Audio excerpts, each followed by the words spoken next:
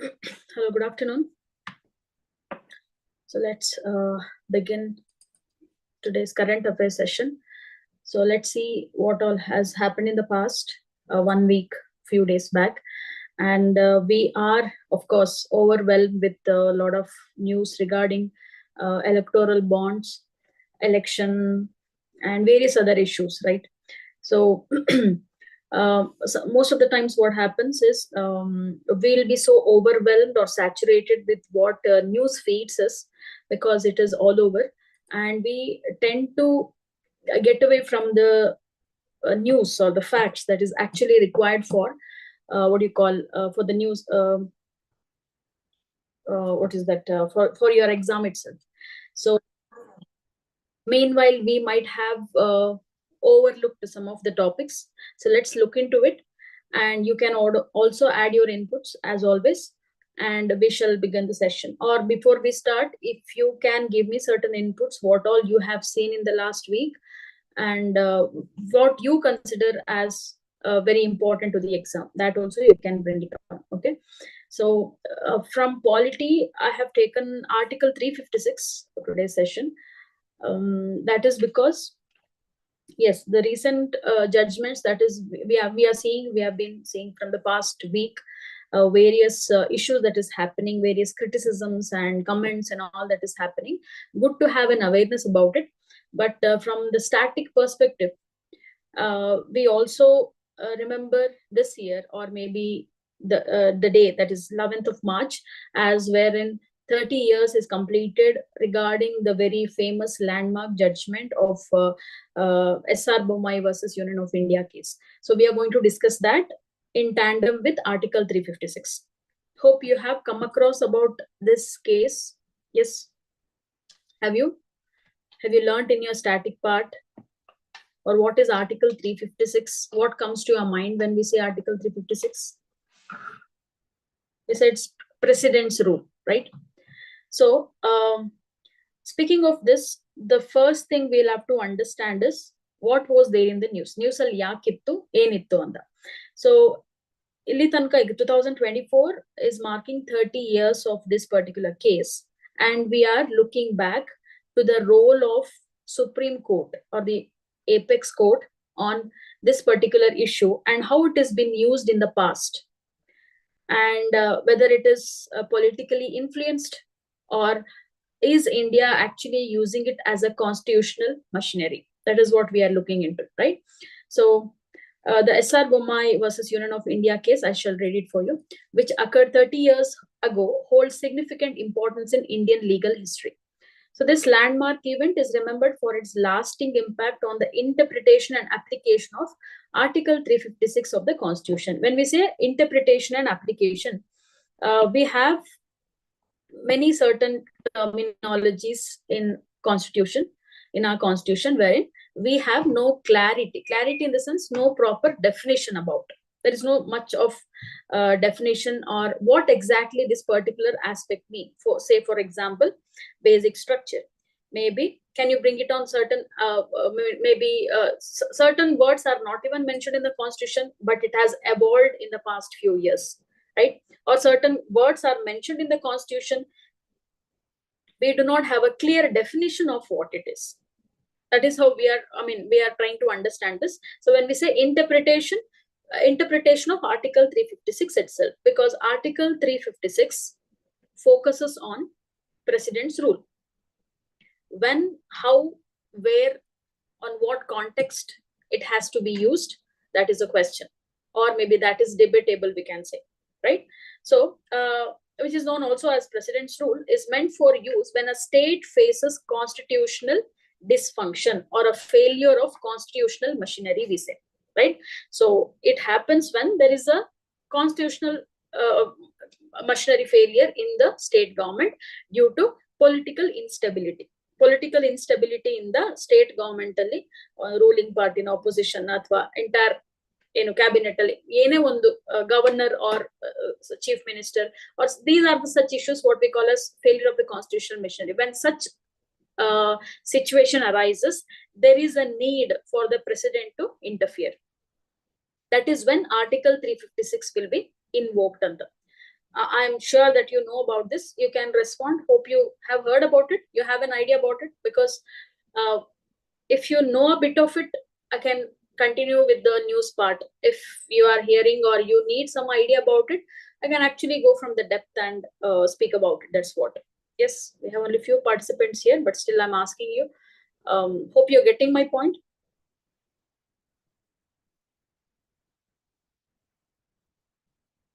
Can someone answer?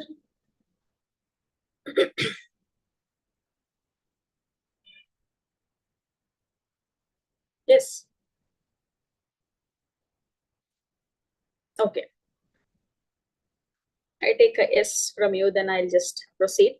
So, what this Article 356 allows, it allows the Union Cabinet to dismiss democratically elected state governments and dissolve state legislative assemblies. So, what happens is, when we say president's rule, of course, there is an influence of central government. Of course, there is an influence of Union Cabinet.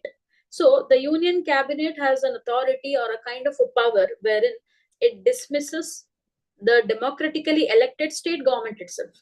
When does this happen? When there is a chaos among the what the ministers, or maybe there can be a defection, or maybe there can be some other incidents that happen wherein this political vacuum is taken over by the by the union government, we can say, right? So originally intended for sparing use, it has been frequently misused by the union governments to overthrow opposition-led state governments. ಆದ್ರೆ ನಾವು clear ಆಗಿ ಏನ್ ನೋಡ್ತಿದೀವಿ, past ಪ್ರತಿಯೊಂದು ಸಲನು article 356 ಬಗ್ಗೆ ಮಾತಾಡಿದಾಗ ಪ್ರತಿಯೊಂದು state ಅಲ್ಲೂ ನಾವ್ ಏನ್ ನೋಡ್ತಿದೀವಿ ಅಂತಂದ್ರೆ, it is a chance for union government, especially ಇದು ಎಲ್ಲಾಗುತ್ತೆ ಅಂದ್ರೆ, ಜಾಸ್ತಿ ಎಲ್ಲಾಗುತ್ತೆ ಅಂತಂದ್ರೆ opposition led state governments ಅಲ್ಲಿ ನಾವು ನೋಡ್ಬೋದು. That is where the constitutional machinery failure happens, or maybe the disapproval, or maybe the indifference, the difference of opinion. All such things are happening in the opposition led state government. That is when the union government interfere ಅಂತ. ಇದನ್ನ ನಾವು ನೋಡಿದೀವಿ past ಅಲ್ಲಿ ಅಂತ. On March 11, 1994, 9 Supreme Court judges from 8 states stood against this misuse of power. So ಇದನ್ನ ಒಂದು land mark judgment ಅಂತ ಯಾಕೆ ಕರಿತೀವಿ ಅಂತ ಅಂದ್ರೆ, ಈ ಆರ್ಟಿಕಲ್ 356 ನ, ಅಥವಾ what do you say, if there is a misusal of article 356, there should be some restraint, or there should be some what do you call as limitation to use it, not according to the whims and fancies of the union government. That is why we call it as a landmark judgment. So let us look into the key aspects of this article. This is a wonderful article given there. So wherein everything has been explained. And when we speak of the terminology mentioned here, the word mentioned about Sarkariya Commission. Sarkariya Commission antandre, it is related to what? What is related to? Yavudike sambandhapatte Sarkariya Commission? No idea. What is it related to? Central state relations, right? So there are commissions that is being set up wherein it focuses on particular issues. And Sarkari Commission, ಪ್ರತಿಯೊಂದು commissions ಹೆಸರು ಬಂದಾಗ ನಿಮ್ಗೆ ಅದನ್ನ ಯಾಕೆ constitute ಮಾಡಿದ್ದಾರೆ ಅಂತ ತಕ್ಷಣ you have to relate it. Okay? Yes. So when should article 356 be used? ಯಾವಾಗ ಅದನ್ನ ಯೂಸ್ ಮಾಡಬೇಕು ಅಥವಾ ಮಾಡಬಹುದು? Usually what is the idea that is happening in the past few years? So article 356, keep this in mind, of the constitution is based on section 93, doesn't matter, but at least remember Government of India Act of 1935. Government of India Act of 1935 ಇಂದ ಇದನ್ನ source out ಮಾಡಿದ್ದಾರೆ, ಅಥವಾ ನಾವು ಇದನ್ನ ತಗೊಂಡಿದ್ದೀವಿ, constitution ಗೆ ಹಾಕಿದ್ದೀವಿ. Government of India Act 1935 ಇಂದ. Okay. The process to use article 356 starts when the governor tells the union cabinet why the state government can't work as per the constitution. So ಏನಂತಂದ್ರೆ 356 ನ ಇನ್ವೋಕ್ ಮಾಡೋದು ಯಾವಾಗ we have a representative or maybe a neutral authority in the state government called as governor, wherein governor will let the union cabinet know in ಮುಂದೆ ಈ state government ಅಲ್ಲಿ ಏನೋ operate ಮಾಡಕ್ಕೆ ಸಾಧ್ಯ ಇಲ್ಲ, because there is a failure, because there is a discontent, because there is some issue or a situation crisis whatsoever. So that will be conveyed to the Union Cabinet, wherein Union Cabinet would take up this decision to invoke the article wherein they bring the President's rule. Idu normal process anta. Okay. So if the Cabinet agrees and suggests the President to use Article 356, then it is up to the President to decide. Just because there is a what do you call, a push from the Cabinet doesn't mean that the President is bound to listen to the Union Cabinet. It depends upon the decision upon the President. Adike adana ನಾವು President's rule anta ಕರಿತೀವಿ. Okay, so but the Constitution does not clearly define what counts as breakdown of constitutional order, which means it could be misused. Illi ಏನು problem ಏನಂತಂದ್ರೆ President's rule ಯಾವ ರೀತಿ start ಆಗುತ್ತೆ ಅನ್ನೋ process ಯಾವ ರೀತಿ start ಆಗುತ್ತೆ ಅದ್ರ ಬಗ್ಗೆ ಐಡಿಯಾ ಇದೆ. ಬಟ್ ಯಾವ ಬೇಸಿಸ್ ಮೇಲೆ ಯಾವ್ದನ್ನ ನಾವು ಕಾನ್ಸ್ಟಿಟ್ಯೂಷನಲ್ ಬ್ರೇಕ್ ಡೌನ್ ಅಂತ ಕರಿತೀವಿ ಅದಕ್ಕೆ ನಮ್ಗೆ ಡೀಟೇಲ್ ಇಲ್ಲ, ಅದಕ್ಕೆ ನಮ್ಗೆ ಡೀಟೇಲಿಂಗ್ ಇಲ್ಲ ಈ ಆರ್ಟಿಕಲ್ ಅಲ್ಲಿ. So that is when the what you call as limitations comes in anta helbodu. So with this move, especially idra mele ee judgment kottirodrinda, it shows that how the judgment actually strengthened the democracy and federalism by curbing the arbitrary action against the state government ವಿರುದ್ಧ ಯಾವುದೇ ರೀತಿಯಾದಂತ action ಗಳನ್ನ central government ತಗೊಳ್ಳೋದನ್ನ ತಡೆಗಟ್ಟು ಈ case ಅಂತ ನಾವು ಹೇಳ್ತೀವಿ. ಅದಕ್ಕೆ we are discussing about this. Okay, from the polity perspective ಅಂತ ಹೇಳ್ಬೋದು.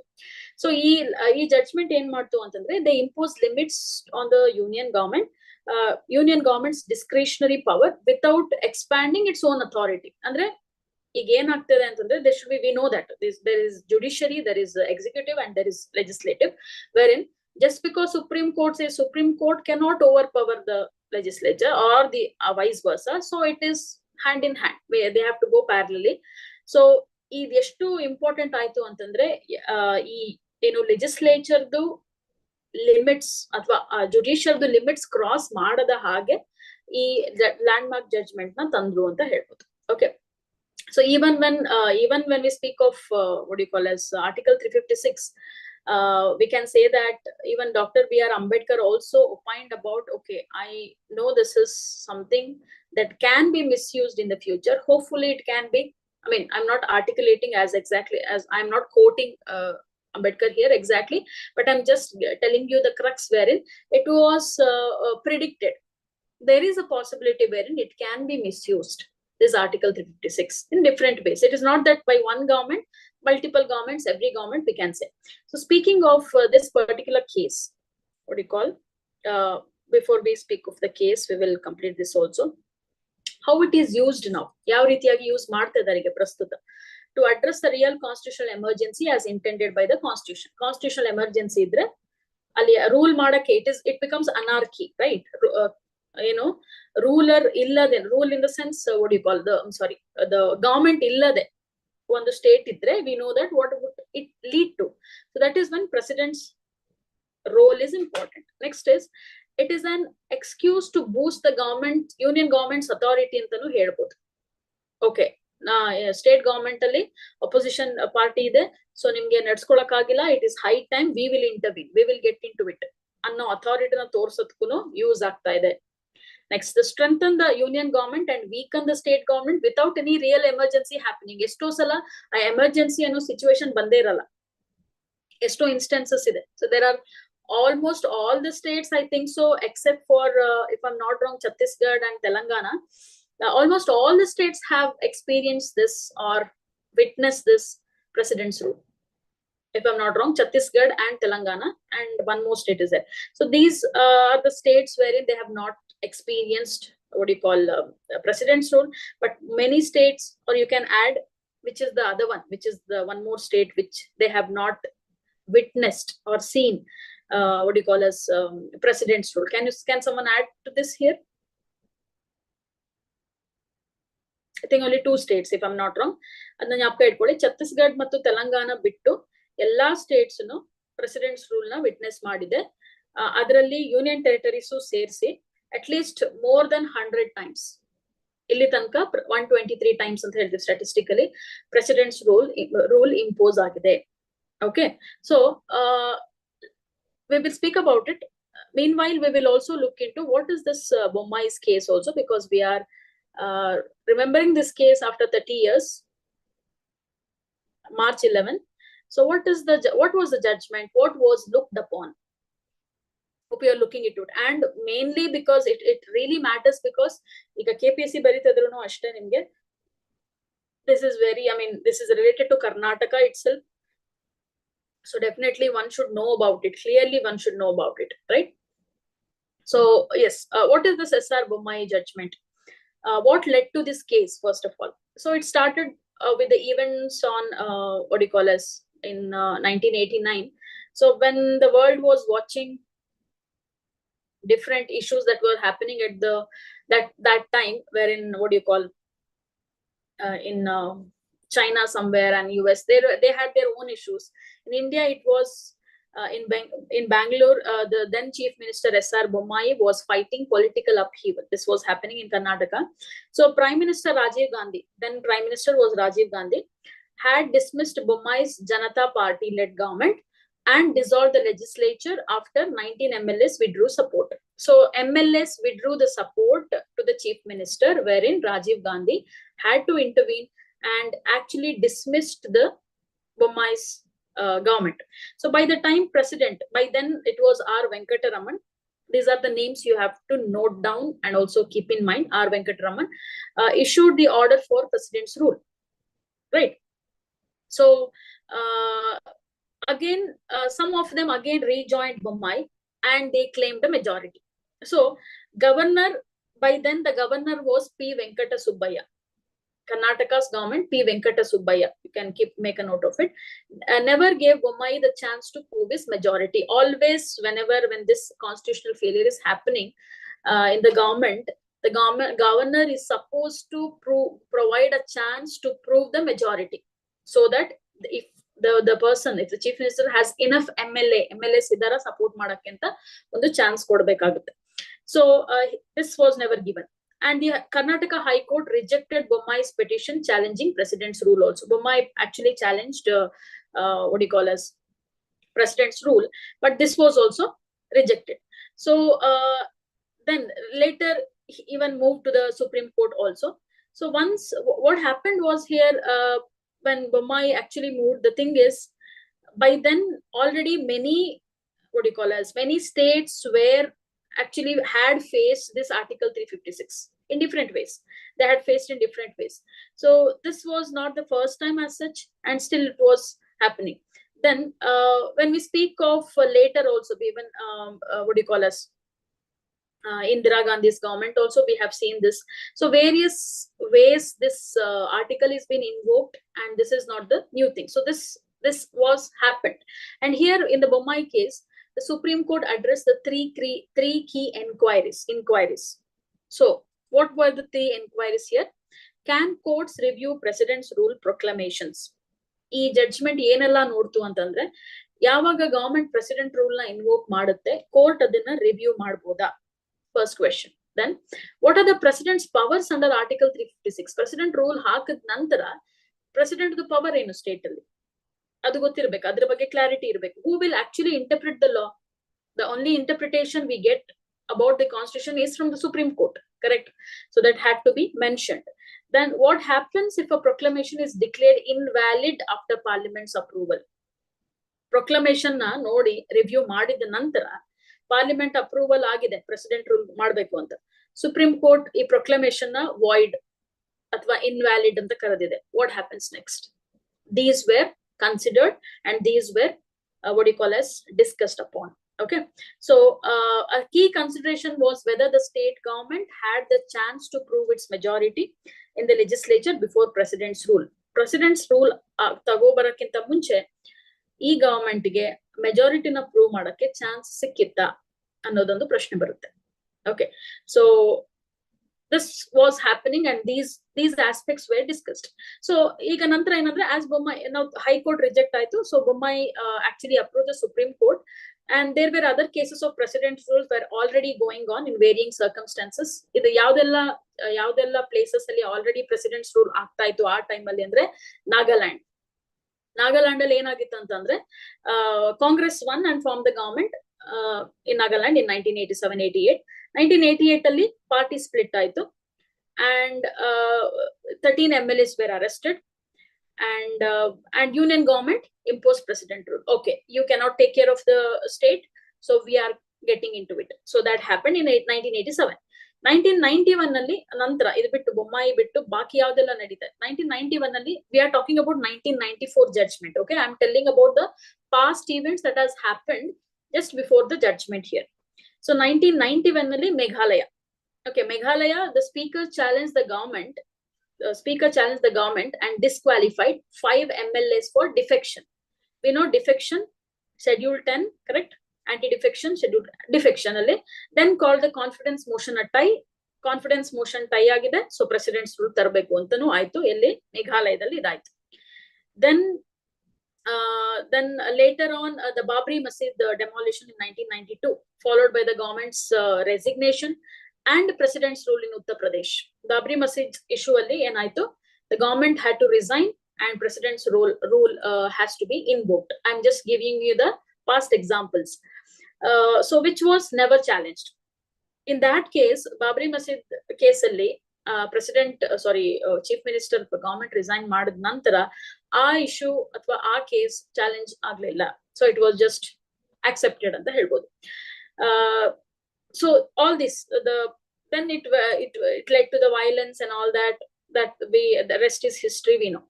So soon after, BJP government in Madhya Pradesh, Rajasthan, Himachal Pradesh also faced the president's rule for communal groups breakdown. ಈ ತರದೆಲ್ಲ ಎಲ್ಲಾ States ಒಂದೊಂದು ರೀತಿಯಲ್ಲಿ ಬೇರೆ ಬೇರೆ reason ಅಲ್ಲಿ presidents rule ನ ಇನ್ವೋಕ್ ಆಗಿದೆ ಅಥವಾ ಆರ್ಟಿಕಲ್ 356 ಇನ್ವೋಕ್ ಆಗಿದೆ ಅಂತ ಹೇಳ್ಬೋದು. ಅಂದ್ರೆ what are we trying to understand? Situations or the conditions can be different, and the solution we are going into is Article 356. That is the idea here. Okay, so this is the background of it. Now coming back to this, a key consideration was whether the state government, we have read this, had the chance to prove its majority. So majority found president's rule in Karnataka, Nagaland, as I've told you the examples, Karnataka, Nagaland and Meghalaya was unconstitutional, but upheld it in Himachal Pradesh, Rajasthan, Madhya Pradesh to address communal violence. Communal violence is understood and there is a need of bringing in president's rule accepted. Supreme Court ಇದನ್ನ ಈ ತರ ಹೇಳ್ತು. ಆದ್ರೆ ಕರ್ನಾಟಕದಲ್ಲಾಗಿರ್ಬೋದು, ನಾಗಾಲ್ಯಾಂಡ್ ಆಗಿರ್ಬೋದು, ಮೇಘಾಲಯದಲ್ಲಾಗಿರ್ಬೋದು, it is purely political. ಈ political vacuum ನ ತಗೊಳ್ಳೋಕೋಸ್ಕರನೇ union government enter ಆಗಿದೆ ಅನ್ನೋದು ತುಂಬಾ ಎವಿಡೆಂಟ್ ಆಗಿದೆ ಅಂತ ಸುಪ್ರೀಂ ಕೋರ್ಟ್ ಒಂದು ಜಡ್ಜ್ಮೆಂಟ್ ಕೊಡ್ತು, ಇದರಲ್ಲಿ ಕೊಡುತ್ತೆ. So the significance of Bomai case lies in the success in curbing the union government's arbitrary actions. So the judges made 356 proclamations justiciable without undermining the president's discretionary powers, thus strengthening India's federalism without diminishing the separation of powers. Andre eshtu how beautiful this case is. The final conclusion is nowhere the what do you call as it was Supreme Court was very mindful of the separation of powers. It made sure that president ge article 356 yav power al barutte, discretionary powers al barutte. There are different powers for president. So article 356 is discretionary power according to the decision of the president anta. He can decide or she can decide anta. So adukunu enter agadene ಈ article 356 justiciable alva annadana in a very beautiful way it is been brought in. So this is the very crux of SR Bomai versus Union of India case. So from here, the takeaway should be for all of you is KPSC question barbodu idu, UPSC ಅಲ್ಲಿ article 356 ಬಗ್ಗೆ ಕೇಳಿದಾರೆ, ಮುಂಚೆನೂ ಕೇಳಿದಾರೆ, president's rule ಬಗ್ಗೆ ಕೇಳಿದಾರೆ. So as of now, which one we can actually recently relate to is, ಈಗ ಇದೆಲ್ಲ past ಅಲ್ಲಿ ನಾವು ಮಾತಾಡಿದ್ದಾಯ್ತು. Recent ಆಗಿ ಯಾವ್ದನ್ನ ರಿಲೇಟ್ ಮಾಡ್ಬೋದು ಅಂತಂದ್ರೆ ಜಮ್ಮು ಅಂಡ್ ಕಾಶ್ಮೀರ ಅಂಡ್ ಲಡಾಕ್ಸ್ ಈಗ ಯೂನಿಯನ್ ಟೆರಿಟರಿ ಆಗಿದೆ without. So even there Mufti government failure athwa what do you call as revoking what do you call as or what do you call as special status of Jammu and Kashmir was also brought down, and later this union it was made into 2 union territories. Adra madhyadalli agiruvanta ondu friction agirbodu adu, that is the recent thing wherein union government has interfered anta helbodu now. So here none to blame. We are not telling that okay union government should not intervene. we are not saying that precedent rule should not be invoked. The only idea is it according to the constitutional provisions? That is the provision. That is the underlying statement, we can say. Hope you got the idea of the entire thing here in the article. As you have understood this, I presume you can revisit your static part of Article 356, President's discretionary power, and even again can look into SR Bomai versus Union of India case. This is the takeaway. Hope it is clear. Did you understand? So this is in polity. We can look into. I shall go into the governance part here. So recently, next topic. India's first palm oil processing unit was established in Arunachal Pradesh. So this is quite a concerning or pressing issue, but yet we needed it anyway. And it opens up to other various peripheral subject or you call as topics, aspects. Why? Because this is one factual statement. India's first palm oil processing unit was established in Arunachal Pradesh. Good enough. What we should see beyond the news is Mission Palm Oil or National Mission for Palm Oil was there already. And what are the implications? Already twice the question has been asked on palm oil itself. Why are we so obsessed with, why are we so concerned about this palm oil? Because let's look into the facts here. Why are we actually going for this? Okay. So India's top oil palm processing unit established by 3F Oil Palm Company has started its commercial operations. Start agide top oil palm processing unit one the first process ಮಾಡುವಂತ unit Arunachal Pradesh ಅಲ್ಲಿ start ಮಾಡಿದ್ದಾರೆ. So the factory is located in Roing in Arunachal Pradesh. Okay, remember this. Why do we need it? Now the question is, or the facts are, some of the facts are, India currently struggles to produce enough edible oils for itself, importing 96% of its needed palm oil. Andre, we have this great import dependency on edible oil on other countries. At least 96% andre major share now import ಮಾಡ್ತೀವಿ rather than producing in the home country, or we are doing it here, which makes up 67% of the total edible oil imports, costing over 1 lakh crore. So India is spending a lot to import edible oil, wherein total edible oil imports ಅಲ್ಲಿ 67% and oil imports ಅಲ್ಲಿ 67% edible oil irutte. Yaake edible oil antandre because of the food culture we have. We are so dependent on this edible oil, right? Of course, not to deny the fact this, any oil, any sort of oil, we have an import dependency. The petroleum products agirbodu athwa cooking oil agirbodu, literally India actually imports from the other countries, no doubt in it. But why did India take up this national oil palm mission? Because so that we can be self-reliance athwa we can produce in our own country. Adu idea. Okay. So this milestone signifies an important move towards India producing more of its own edible oils, supported by the National Mission on Edible Oils, Oil Palm anta start madidare. I told you there was already a question asked on this 2-3 years back. Bari palm oil applications ಬಗ್ಗೆ ಕೇಳಿದ್ದಾರೆ, where it is being used. It is used in various applications, not only cooking. Palm oil anta bandaga not only cooking, in cosmetics, in medicines, and various fields it's been used. Okay, so even lipstick also, I mean cosmetics, when we say, just one example.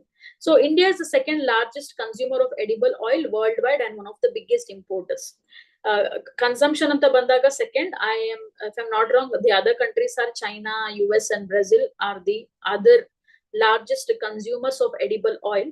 And India is also one of the biggest importers when it comes to edible oil. Edible oil andre now cook maduvanta oil. Okay, hope you know it. So 2022-23, India imported, this is just the factual aspect, 16.5 million metric tons of edible oil, including palm, from Indonesia, Malaysia and Thailand. So ಒಂದು ಅರ್ಥ ಮಾಡ್ಕೊಬೇಕು, our major source of edible oil is Southeast Asia, especially Indonesia and Malaysia. So why are we connecting this particular issue here? Maybe you can connect this to mapping also. Mapping or strategic points and various other issue. Ee ಒಂದು issue ನೋಡಕ್ಕೆ ತುಂಬಾ simple ಆಗಿದೆ, but it has much more implications. As India is dependent on Indonesia, Malaysia, and Thailand, we cannot say these are actually the what do you call it, the friendly countries or friendly neighbors, or they are neither enemy countries also. But in the last few years, we can see the Chinese influence on these countries. And of course, what happens in the future would be at any time, anything can be, I mean, all of a sudden, it can even stop stop exporting edible oil. And especially all the ships, the trade routes that happens from the Southeast Asia to India, the main path is Malacca, Strait of Malacca. If you locate on the map, the Southeast Asia, we have this one of the busiest, what do you call as straits. So Malacca Strait ಇಂದಾನೆ ಬರ್ಬೇಕು. ಈಗ ಏನಾಗಿದೆ, ಈ ಜಾಗಗಳೆಲ್ಲ Chinese influence directly or indirectly that is happening already, right? So what in the future it might stop, it would have a great effect. I mean, that would lead to a great demand in Indian market, and the oil price, edible oil price, would be really, really high by then. In order to tackle that issue, issue na tackle ಮಾಡೋದಕ್ಕೋಸ್ಕರ ಈ national palm oil mission ನ Indian government start ಮಾಡ್ತಾರೆ. Well and good, economically very good and viable, right? Why I told you it is a pressing concern. It is a good happy news wherein it is first oil processing unit ನಮ್ಗೆ ಸಿಕ್ತು ಅಂತ. ಆದ್ರೆ to have this palm oil cultivation or processing or whatsoever, how much of forest is lost? Cultivation of palm oil or palm in other places already have stood like a example in the recent past, where there is loss of species, climate change, global warming concern, and erratic weather events. All these are happening in the past. Two places which we can see about regarding edible oil consumption and production is, one is Southeast Asia, Malaysia, Indonesia. The other one is Brazil. Brazil ಮತ್ತು Indonesia, Malaysia dalli palm na cultivate ಮಾಡಕ್ಕೆ forest ನೆಲ್ಲ clear ಮಾಡಿದ್ಕೆ ಎಷ್ಟೋ in the recent past Amazon forest fire ಆಗಿರ್ಬೋದು, ಅಥವಾ Borneo, that is in Indonesia and Malaysia dalli loss of species, especially orangutan, one of the iconic species of Southeast Asia, Borneo forest, they are under threat. So this is the future implication or a future consequence, we can say. But when we look into economic perspective, what happens is we need it.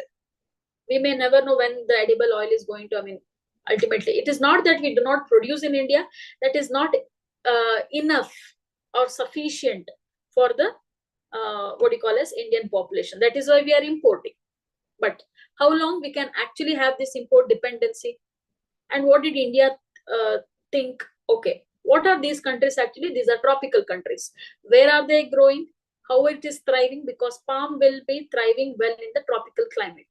Now India questions itself, do we have tropical regions in India? Of course, yes, we have in South India, Western Ghats, we have Andaman, we have Northeast. These are the tropical areas. So why not have it in these places? So then it chose Northeast, Andaman. Already it has begun. Getting the idea? So this has been happening in the past few years, and already we have come to this first palm oil processing unit. Good news economically, ecologically it could be disastrous. We are yet to see what is going to happen, right? So coming to the facts again, hope you got the idea. Indonesia and Malaysia are the primary global palm oil producers, followed by Thailand, Colombia, and Nigeria. So to know the facts ಗೊತ್ತಿರಬೇಕು ನಿಮಗೆ. palm oil production ಆಗಿರ್ಬೋದು, importing ಆಗಿರ್ಬೋದು, ಇದೆಲ್ಲ ಒಂದು idea ಇರಬೇಕು. So this is the news, but there is much more to know about palm cultivation itself, because as I told you, ecological aspects, commercial aspects, strategic importance, why we are actually focusing on being self-reliant, all these matters. Okay, this is what we have regarding India's first palm oil cultivation in this regard. And yes, this is from the governance part within consider ಮಾಡ್ಬೋದು. Okay, and also you can locate the place also, Roing in Arunachal Pradesh. Next we'll move on to, you can consider this as geography or environment also, both. Recently, World Meteorological Organization has published a report called as State of the Global Climate Report ಅಂತ. ಯಾವ್ದಾದ್ರು ಒಂದು direct questions ಇದ್ದೇ ಇರುತ್ತೆ, ಯಾವ್ದೋ ಒಂದು report ಬಗ್ಗೆ ಕೇಳ್ತಾರೆ. Okay, that pattern we can see in the UPSC also, KPSC also, that can be asked. ಈ ರಿಪೋರ್ಟ್ ಯಾವ್ದು ಪಬ್ಲಿಷ್ ಮಾಡಿ, ಯಾವ ಆರ್ಗನೈಸೇಷನ್ ಪಬ್ಲಿಷ್ ಮಾಡ್ತು ಅಂತ ಕೇಳ್ತಾರೆ. So how do you remember all the reports? Nothing to worry about. At least in the recent past ಇಷ್ಟು last 6 months ಅಲ್ಲಿ ಅದು ರಿಪೋರ್ಟ್ ರಿಲೀಸ್ ಆಗಿದ್ರೆ ಯಾವ ಆರ್ಗನೈಸೇಷನ್ ಅಂತ ಒಂದ್ ಲಿಸ್ಟ್ ಮಾಡಿಟ್ಕೊಂಡು whenever you get a chance, you find time, just glance over it. ಎಷ್ಟೋ organisations ಅಂದ್ರೆ ಒಂದ್ ಆರ್ಗನೈಸೇಷನ್ ಎಷ್ಟೋ ರಿಪೋರ್ಟ್ ನ ಪಬ್ಲಿಷ್ ಮಾಡುತ್ತೆ. So mostly the question will be asked on UN. Under UN ಯಾವ್ದೆಲ್ಲ ಬರುತ್ತೆ ಆ ಆರ್ಗನೈಸೇಷನ್ ಬಗ್ಗೆನೇ ರಿಪೋರ್ಟ್ಸ್ ಕೇಳ್ತಾರೆ. ಯಾವ್ದೋ ಒಂದು ಪ್ರೈವೇಟ್ ಆರ್ಗನೈಸೇಷನ್ ರಿಪೋರ್ಟ್ ಇಲ್ಲಿ ತನಕ ಕೇಳಲ್ಲ, ತುಂಬಾ ಕಮ್ಮಿ. So you can look into it. It may be UNDP, it can be UNEP, right? Or it may be FAO. ಯಾವುದೇ ಒಂದು organisation which is under UN and it has published a report in the recent past, that becomes really important to your exam. Okay, adu ಒಂದು area ಆಗಿ ನೀವು consider ಮಾಡ್ಬೇಕು. Even one question matters, right? One question also matters. So coming back to this, the World Meteorological Organization has recently published its 2023 State of the Global Climate Report, revealing that the heat content of Earth's oceans hit an all-time high last year. So last year ಅಲ್ಲಿ ನೋಡಿದಾಗ ocean ಅಲ್ಲಿ ಇರುವಂತ what heating and cooling process what is happening, it is all-time high, the highest in the recent past ಅಂತ ಒಂದು report ಬಂದಿದೆ. Okay, it is factual. From the exam perspective, what we should see? We should look into this news from the geographical perspective. We should look into this news from the perspective of climate change or ocean's capacity to absorb heat, absorb carbon dioxide, or ocean's changes in the currents, ocean currents. ಇದೆಲ್ಲ micro topics ಆಗುತ್ತೆ ಇದರಲ್ಲಿ. Okay, ocean currents ಆಗಿರ್ಬೋದು ಅಥವಾ locations ಆಗಿರ್ಬೋದು. Correct. So here the particular place mentioned is North Atlantic Ocean. Now, while most regions are warming, some like the subpolar North Atlantic Ocean are cooling. Everybody knows that entire world and on every part of the earth, especially during summer now, whichever countries are braving summer, I would say, everywhere heat is high. I mean, it is really, really hot. Adre, ಒಂದೊಂದು ಜಾಗದಲ್ಲಿ ಈ cooling events ಆಗ್ತಾ ಇದೆ. Why is this contrasting pattern of heating and cooling is observed? ಇದಕ್ಕೆ reason ಏನು? What is the reason behind it? The reason could be or will be somewhere when we look into the ocean currents itself, the movement of the currents itself, nothing else, right? So ಇದು ಒಂದು news ಅಥವಾ ಇದರಲ್ಲಿ report ಅಲ್ಲಿ ಕೊಟ್ಟಿರುವಂತದ್ದು. So a study in 2023 found that the sea surface temperature in the subpolar North Atlantic have decreased by about minus 73.3 degrees Celsius over the last century. So North Atlantic, subpolar North Atlantic, and North Atlantic, South Atlantic we have, right? Atlantic Ocean. So North Atlantic subpolar antandre just below the polar region, Arctic region, or maybe proximate near to the polar region. ಈ ಜಾಗದಲ್ಲಿ temperature, sea surface temperature decrease ಆಗ್ತಾ ಬರ್ತಾ ಇದೆ. Sea surface temperature ಅಂತಂದ್ರೆ sea ಅಲ್ಲಿ ಇರುವಂತ, we are talking not about land, sea temperature, ocean temperature decrease ಆಗ್ತಾ ಇದೆ. ಇದು ರಿಪೋರ್ಟ್ ಅಲ್ಲಿ ಇದೆ. In contrast, areas such as North Atlantic, Southern Ocean, we are talking about near the Antarctic region, South Atlantic are experiencing notable warming. Arctic ಹತ್ರ ಇರುವಂತ ocean ಜಾಗ, ಈ waters ಅಲ್ಲಿ ಫ್ರೀಸಿಂಗ್ ಟೆಂಪರೇಚರ್ಸ್ ನ ನೋಡ್ತಾ ಇದೀವಿ ನಾವು. Whereas in the North Atlantic itself, South Atlantic, and in the Southern Ocean, we are talking about near Antarctic, right? Illella navu warming nodta idivi. Why this is happening? This is the news. Okay, we will look into some of the key points given in the article. This was on Down to Earth. So there is a concept called as Atlantic Meridional Overturning Circulation anta, AMOC anta karitivi. Atlantic Meridional Overturning Circulations. Out of the blue at times to make it little difficult, ಈ ರೀತಿಯಾದ ಒಂದು technical geographical terms ನ ಕೇಳೋ ಸಾಧ್ಯತೆ ಇದೆ.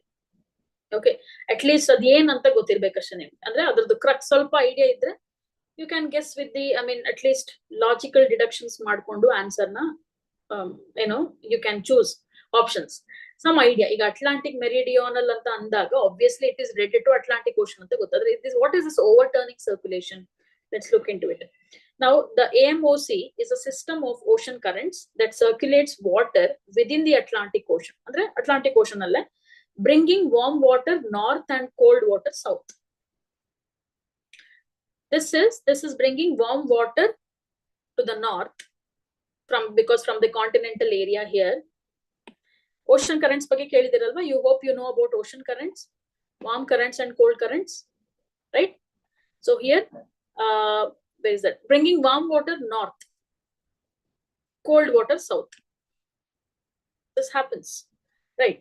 So the global conveyor belt shown in the part here, you can see, circulates cool subsurface water and warm surface water throughout the world. So in the circulation ಆಗ್ತಾ ಇರುತ್ತೆ. We know that the cold currents originate from polar region to continents, towards the equator, and the warm currents from the equator towards poles. This is how the circulation happens. So this is the normal phenomenon. A 2024 study published in Science recently suggests that Atlantic meridional overturning circulation system is on track toward a tipping point with potential severe consequences for the climate in the North Atlantic region. Extremely, it is in the down south, it is getting extremely hot, and near the polar region, not in the polar region exactly, between this polar region, it is getting extremely cold. So there is some, what you call as, disturbance that is happening, wherein because of the change in the global climate, there is nothing more extra thing to break your head upon. Obviously, it is because of various anthropogenic activity, the excess accumulation of carbon dioxide, and what you call as shifts in the climatic pattern. Everything, every small activities, aspects matter here. Ellanu add up agi ee ರೀತಿಯಾಗಿ ಆಗ್ತಿದೆ. And of course, the entire revolution, rotational process, ellanu matter ಆಗುತ್ತೆ. Okay, the location of the earth and all that. So this is the meaning of Atlantic meridional overturning circulation. Ishte first two lines, wherein this circulates water within the Atlantic Ocean, bringing warm water north and cold water south. That is the actual process of this. So when we look into the idea of this, I mean, what exactly this happens here, the World Meteorological Organization highlights that local interactions between air and sea could be contributing to this cooling phenomenon. ಯಾಕೆ cool ಆಗ್ತಿದೆ ಅಂತಂದ್ರೆ ಅಲ್ಲಿರುವಂತ local level interactions between air and sea, high level of pressure, sea pressure on land, that is actually contributing to cooling phenomenon. This is happening. This is an extreme condition that is happening. So around 90% of the Earth's accumulated energy since 1971 is stored in the ocean, resulting in significant increase in ocean heat content, reaching record levels in 2023. ಅಂದ್ರೆ continental ಇರುವಂತ ಜಾಗದಲ್ಲೆಲ್ಲ heat ಆಗ್ತದೆ. Article ice is melting away. Subpolar region alli it is extremely freezing. Maybe there is a what do you call as an obstacle when it comes to circulation of the winds. Okay, so this rise in ocean heat content is primarily attributed to, as I've already told you, why this is happening. ಯಾಕೆ ಇದಾಗ್ತದೆ ಅಂದ್ರೆ ಒಂದೇ ಒಂದು answer ಏನಂದ್ರೆ anthropogenic activities, climate drivers like greenhouse gas emissions, changes in land use, affecting sunlight reflection, natural variability. ಎಷ್ಟು ಪ್ರತಿಯೊಂದು ಚಿಕ್ಕ ಪ್ರತಿಯೊಂದು ಆಕ್ಟಿವಿಟೀಸ್ ಇದಕ್ಕೆ ಕಾರಣ ಆಗ್ತದೆ. So it is contributing to that. So here the takeaway should be, ಈ word ನ ನೀವು ಎಲ್ಲಿ ಕೇಳಿದಿರಾ ಅಥವಾ ಯಾವ್ದಕ್ಕೆ ಸಂಬಂಧಪಟ್ಟಿದ್ದು ಅಂತಂದ್ರೆ circulation of water in the Atlantic ocean ಅಂತ ಜ್ಞಾಪಕ ಇಟ್ಕೊಳ್ಳಿ. And beyond this, why are we talking about this? Because there was a recent report by WMO which says that which spoke about the heat content of the Earth's ocean. The name of the report is State of the Global Climate Report. And adana yaar publish ಮಾಡಿದ್ದು WMO. That is the takeaway from, this is the takeaway from the news. Hope you're getting the idea. It means beyond this, okay, one more thing to remember is there is something called as upwelling anta, marine upwelling anta karitare.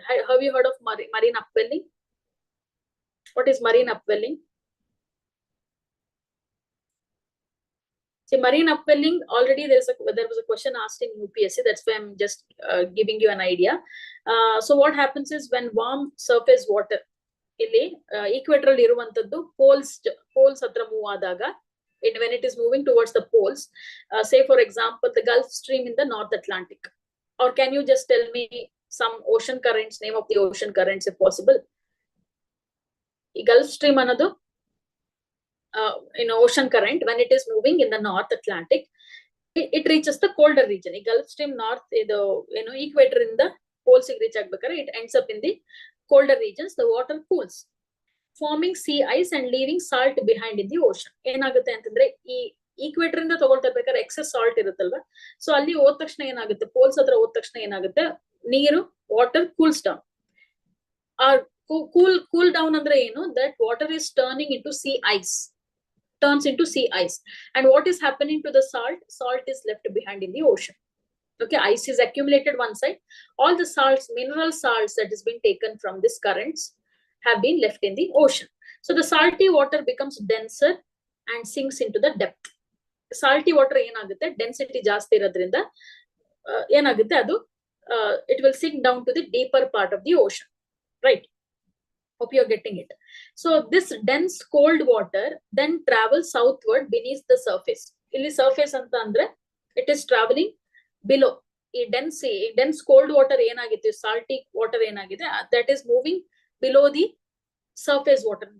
We have a surface water here, we have the cold water here. So eventually the water is brought back up towards the surface through a process called as upwelling. Illa enagutte, when this is happening, when the wind blows towards the surface water, so the water will gets pushed away. I in ecology class I think have explained this, or some of you wherever you are here. So warm water is pushed away, and the cold water comes to the surface. Dense water adu comes to the surface, right? When it comes to the surface, this entire process is called as upwelling. So upwelling is nothing but bringing to the surface. Why it is brought to the surface? Because of the circulation of the winds. Why upwelling matters to us? Because whenever there is upwelling that takes place, there is a combination of warm water plus cold water, or maybe there is a mixture of minerals. There is a mixture of nutrients where it leads to the growth of phytoplanktons. Phytoplanktons growth adaga enagutte, it will affect the or attract the zooplanktons, then it will attract the larger organisms. So likewise there it leads to the major fishing grounds you might have learned in geography. So actually we will narrow it down to the static topic. Yen you classal kalidira adike, yes, it leads to major fishing ground. So idike ನಾವು narrow it down ಮಾಡ್ತೀವಿ, ಆದ್ರೆ ಇದು technical word ನಿಮಗೆ news ಅಲ್ಲಿ ಇರುವಂತದ್ದು.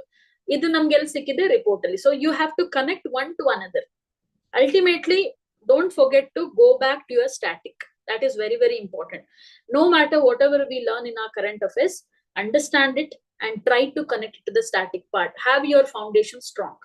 Illa antandre this you will not understand. I am asking you, I kept on asking you, none of you, I mean at least one try to reply. So ocean currents agirbodu athwa names of the ocean currents agirbodu, everything matters here.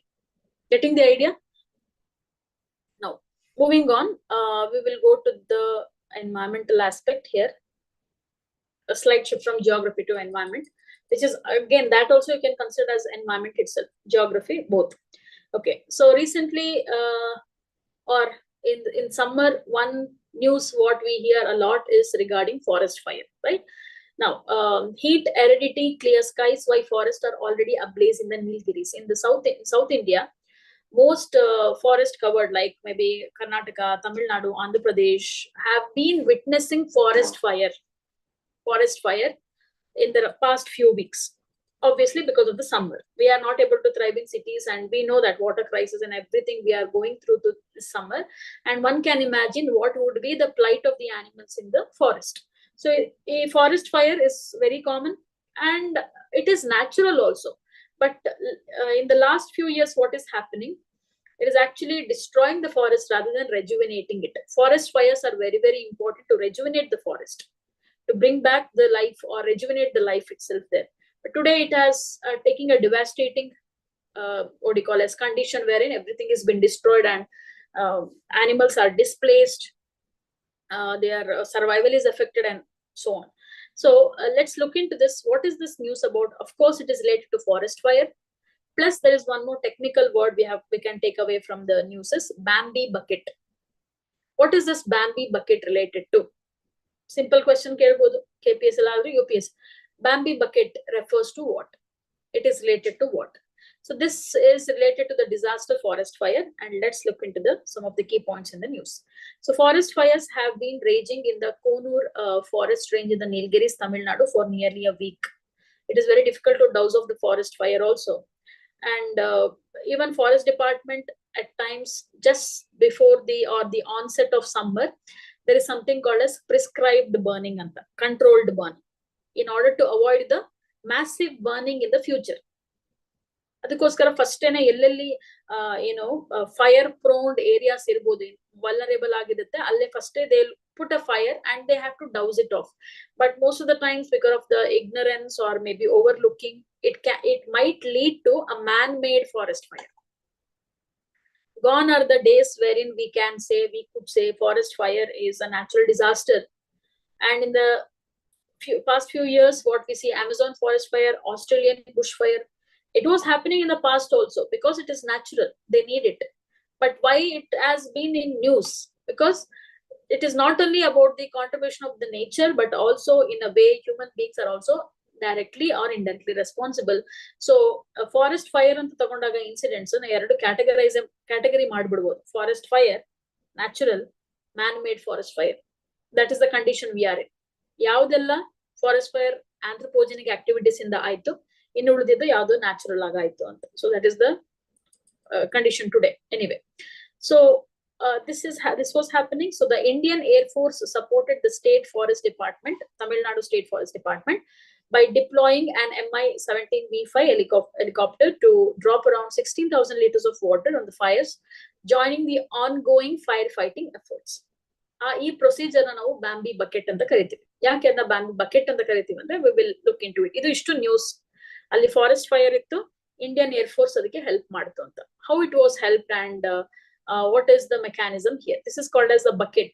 You can see wherein a bucket like structure or bucket itself, a huge container is fixed to the helicopter, wherein from a certain height this water is poured upon the trees or the fire to douse the fire. So the bamboo bucket, also called a helicopter bucket, hangs under a chopper and can be filled from the river or pond. So it literally fills water from the river or a pond and it douses off the fire. It is very difficult. You literally can't get into the forest and do it. It is dangerous also. There are many forest department martyrs, or what you call as many people have died fighting the forest fire. That is there, right? You might have heard about it also.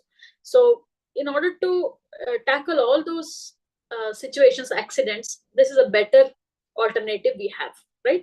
So it's then flown over fires and water is released by opening a valve at the bottom. So the valve will be removed or released wherein water is poured upon. So this method is especially helpful for fighting wildfires that are hard to reach from the ground. So where you cannot enter into the forest, ee ರೀತಿಯಾದಂತ ಒಂದು mechanism help ಆಗುತ್ತೆ. Helicopters worldwide are frequently used for forest fires using this technique. ಅದಕ್ಕೆ ನಾವು ಬ್ಯಾಂಬಿ bucket ಅಂತ ಕರಿತೀವಿ. In a way, for your understanding also, those who are aspiring to getting into forest service also, or maybe a general awareness is required, because maybe in future when you get into a particular district, work upon it, when there is a forest fire in the given vicinity in your district administration, one should be having an idea about it. Of course, you'll be trained later also, but as more you know about the mechanisms, how do we tackle disasters? Because again, remember, in disaster management, although at the district level, who is the authority? The district magistrate or district collector. So one should be knowing about the disasters as well. That is why you have the topic of disaster management. So disaster management alone, ee questions na you kelbodu, athwa you can use this as a way forward. Forest fires ಬಗ್ಗೆ question ಇದ್ರೆ ಇದನ್ನ ನೀವು solution ಆಗಿನೂ mention ಮಾಡಬಹುದು in disaster management paper. So it is mains and prelims, both it is important. So how common are forest fires in India?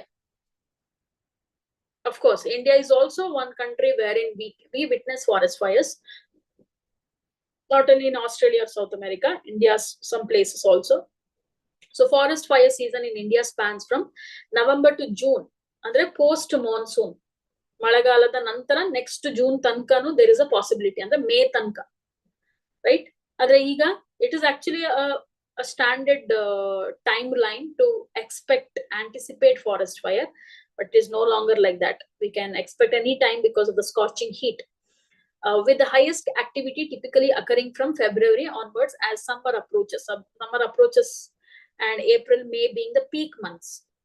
Already we are in what do you call as March, and we are witnessing from February itself, we are witnessing this forest fires in India, and more to come, we can say. According to the 2019 India State of Forest Report, remember this? This has been published by a Forest Survey of India. It is a biennial report. Biennial means which is published once in 2 years. Biennial. Okay. India State of Forest Report.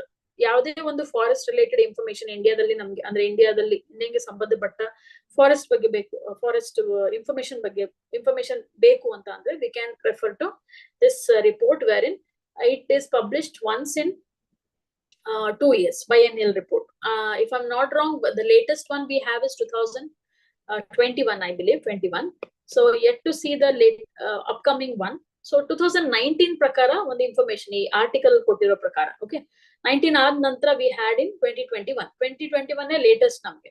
I think 2023 yet to be released, where we are going to see in 2024 possibly.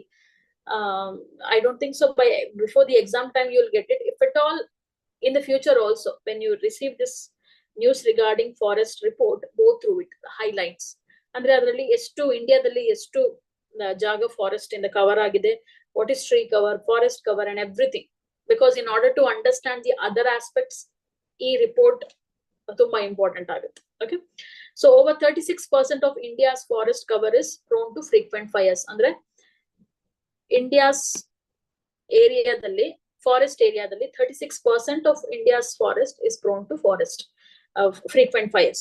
So approximately 4% of the forest cover is classified as extremely prone to fire, while another 6% is labeled as very highly fire prone. So this is just a statistics for us to understand. Globally, about 3% of the total forest area, about 98 million hectares of forest, were affected by fires in the year 2015, mostly in the tropical regions. Idella simple terminologies. One the statement alli kodbodu, statement 1, statement 2, assertion reason ಆಗಿರಬಹುದು, ಅಥವಾ ಎರಡು statement ಕೊಟ್ಟು forest fire ಬಗ್ಗೆ simple facts ಕೇಳಬಹುದು, ಅಥವಾ ಎಲ್ಲಿ forest fires ಜಾಸ್ತಿ ಆಗುತ್ತೆ.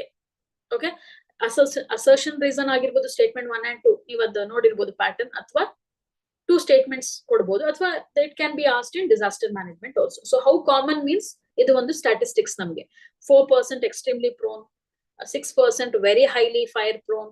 ಸೊ ಇದೆಲ್ಲ ನಮ್ಗೆ ಸಿಕ್ಕಿರುವಂತ data. Okay, so globally about 3% of the total forest area, about 98 million hectares of forest were affected by fires in the year 2015. ಅಲ್ಲಿಂದ ಇಷ್ಟು ಬರೀ ಫಾರೆಸ್ಟ್ ಫೈರ್ ಇಂದಾನೆ ಹಾಳಾಗಿದೆ, ಅದು ಬಿಟ್ಟು ಡಿಫಾರೆಸ್ಟೇಷನ್ ಅದು ಇದು ಎಲ್ಲ next. So it is been destroyed. Other facts, ಎಲ್ಲಿ ಜಾಸ್ತಿ ಆಗುತ್ತೆ ಇಂಡಿಯಾದಲ್ಲಿ, where do the most forest fires in India occur, ಯಾವ ಜಾಗದಲ್ಲಿ, ಯಾವ ರೀತಿ ಅಂತ ಕಾಡುಗಳಲ್ಲಿ ಜಾಸ್ತಿ ಆಗುತ್ತೆ. ಒನ್ ಮೈಟ್ ಥಿಂಕ್ ತುಂಬಾ ಡ್ರೈ ಇರೋ ಜಾಗದಲ್ಲಿ ಮಾತ್ರ ಆಗ್ಬಿಡುತ್ತೆ, ಬೇರೆ ಕಡೆ ಇರಲ್ಲ ಅಂತ. Of course, in Uttarakhand it happens. You can see Uttarakhand forest fire was a recent incident. If you have seen in the news, recent andre not very recent. I mean, north alli yadar aitu andre that is in Uttarakhand. So we will go to the map before we look into the points. Severe fires occur primarily in dry deciduous forest. Okay, while evergreen, semi-evergreen, mountain temperate forests are less susceptible, less vulnerable ಅಥವಾ susceptible ಅಂತ ಅಂದ್ರೆ ಆಗಲ್ಲ ಅಂತ ಅಲ್ಲ, but mostly ಎಲ್ಲ ಆಗುತ್ತೆ ಅಂತಂದ್ರೆ dry deciduous forest ಅಲ್ಲಿ ಆಗುತ್ತೆ. Where do we have dry deciduous forest? Eastern Ghats, central India, Uttar Pradesh, Bihar. Here we have dry deciduous forest, ಅಲ್ಲಿ ಜಾಸ್ತಿ. Evergreen, semi evergreen, mountain temperate forest ಅಲ್ಲಿ ಆಗುತ್ತೆ, but less, they are less prone. So forest in northeast India, Odisha, Maharashtra, Jharkhand, Chhattisgarh and Uttarakhand are the most vulnerable to fires from November to June. Remember the names. Even Uttarakhand, one might think illa adu Himachal hatra ide, Himalayadal hatra ide, so agalla antilla. Yes, it happens there also. Northeast India dallu agutte. Odisha, Maharashtra, of course deciduous, central India, Jharkhand, Chhattisgarh common.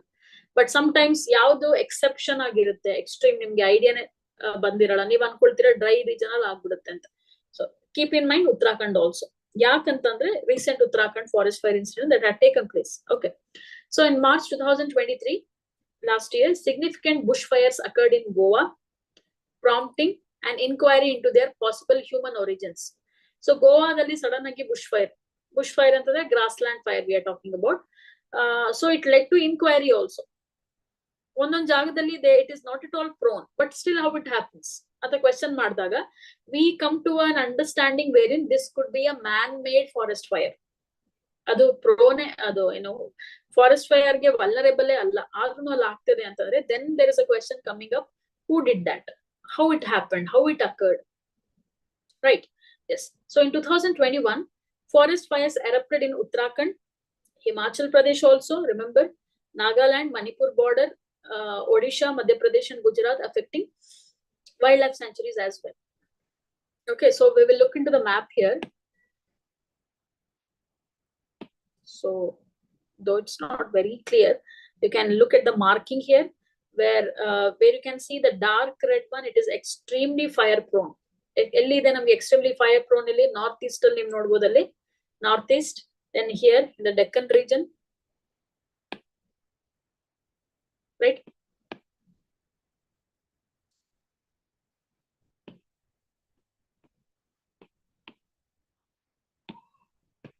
You can see here in the Deccan region. Then we have here also in Karnataka and Western Ghats here in this region, Kerala some part. So highly fire prone, very highly fire prone, extremely fire prone ಅಂತ ಇದೆ. Extremely fire prone ನಾವಿಲ್ಲಿ ನೋಡಬಹುದು north East ಅಲ್ಲಿ ಮತ್ತು central ಇಂಡಿಯಾದಲ್ಲಿ. highly fire prone ಇದೆ ಉತ್ತರ ಪ್ರದೇಶ ಅಲ್ಲಿ ಇದೆ, ಇಲ್ಲಿದೆ ನೆಕ್ಸ್ಟ್ ಉತ್ತರ ಪ್ರದೇಶ ಅಲ್ಲಿ ಇದೆ. So these are some of the places. Gujarat ಅಲ್ಲಿ ಇದೆ, ಇಲ್ಲಿ Rajasthan, Madhya Pradesh, all these are the places, right? So look into this map. Also you can prepare accordingly for your disaster management from this topic. Okay. Yes. So we will take a break now for a few minutes, 5 minutes, then I'll come back. We will discuss some of the other topics as well. Okay.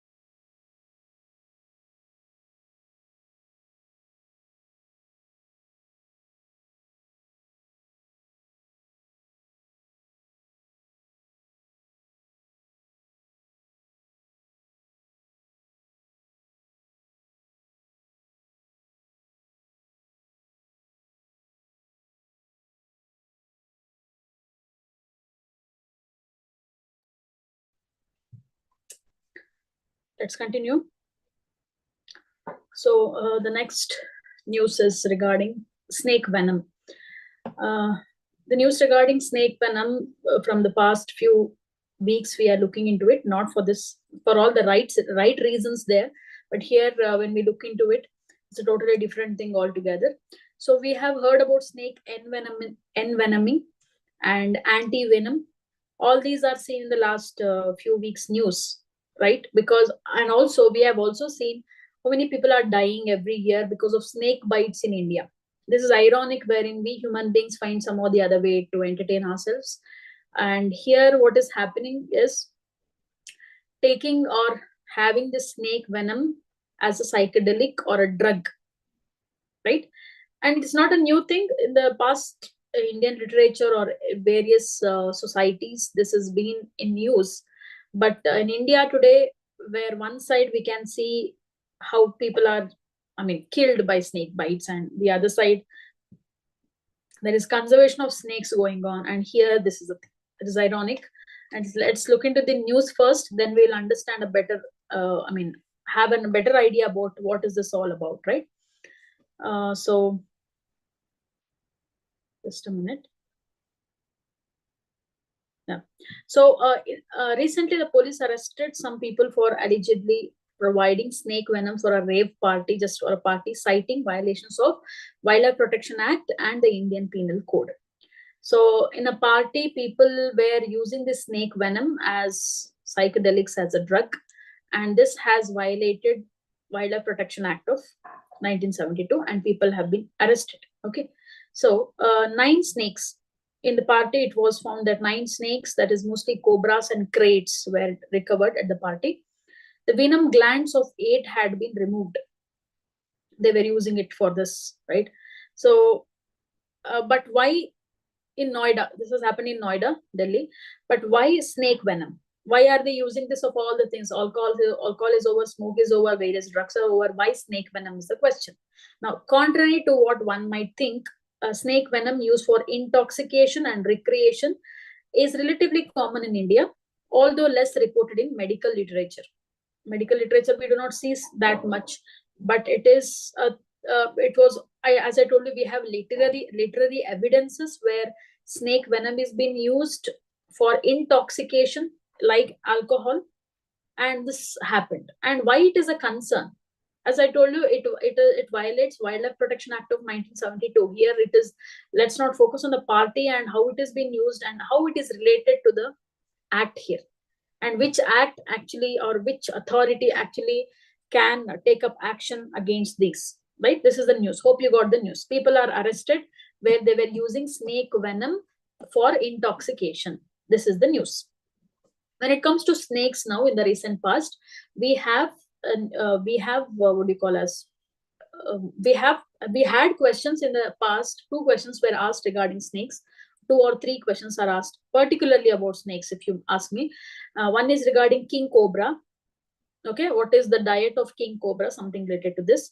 And one more thing is regarding the viviparous and oviparous, right? The biological aspect. And regarding the big 4. What are the big 4? Why do we call it as big 4? Yes. India has, or there is recently World Snakes Day was also celebrated. Big 4 anta andre 4 major snakes in India, which are together called as big 4, which are known for, or which are the main cause for snake bite deaths in India. And then now big 4 anta kareevu. I'll give it as an assignment to you. I have mentioned this in the last class also, previous class also. Big 4 ಬಗ್ಗೆ ಅಥವಾ snake envenoming ಬಗ್ಗೆ ಅಥವಾ anti venom ಬಗ್ಗೆ, snake bites ಬಗ್ಗೆ ನಾವು ಮಾತಾಡಿದೀವಿ. ಇದನ್ನ we have already discussed, right? If at all you remember, you can tell me now, or else it's fine. Remember, what is this big 4? Let us keep it aside. We will speak about snake venom na intoxication agi yav riti use ಮಾಡ್ತಾರೆ, and what are the sources, what are the ideas we have. In the last century, humans discovered new types of hallucinogens and psychedelics. Hallucinogens and the hallucination, illusion kind of, and psychedelics. ಬೇರೆ ರೀತಿಯಾದಂತ ಒಂದು psychedelics ನ ನಾವು ನೋಡಿದ್ವಿ, discovered ಮಾಡಿದ್ವಿ. I mean, in the recent past, many of these were synthetic versions of naturally occurring psychoactive substances. So ಎಷ್ಟೋ ನಾವೇನು extract ಮಾಡ್ತಿದೀವಿ ಈ ಸೈಕಡೆಲಿಕ್ಸ್ ಆಗಿ ಡ್ರಗ್ಸ್ ಆಗಿರ್ಬೋದು, ಇದು naturally occurring substances were the synthetic version of it, right? So some individuals also experimented with secretions or body parts of certain animals which can have mind altering effects in large doses. Large doses tagondre it has a huge effect on mind, especially mushrooms, psychedelics mushrooms antive. Some are poisonous, some are psychedelics also. Psychedelics means in the intoxication we are talking about, right? So researchers refer to these animals as psychoactive fauna. The animals, psychoactive means it activates basically the central nervous system or the neurological effects it does on the body, right? So this is in the body. So this is what, so researchers described in detail about why certain substances have always been used by humans to intoxicate themselves. Research ಹೇಳ್ತಾರೆ ಯಾತಕ್ಕೋಸ್ಕರ ಅಂದ್ರೆ such elements mostly act on the central nervous system, because in one or the other way intoxication is one of the traits of human beings. We try to get intoxicated and they alter an individual's mood, perception and consciousness also. So the authors elaborate on these halogens and psychedelics.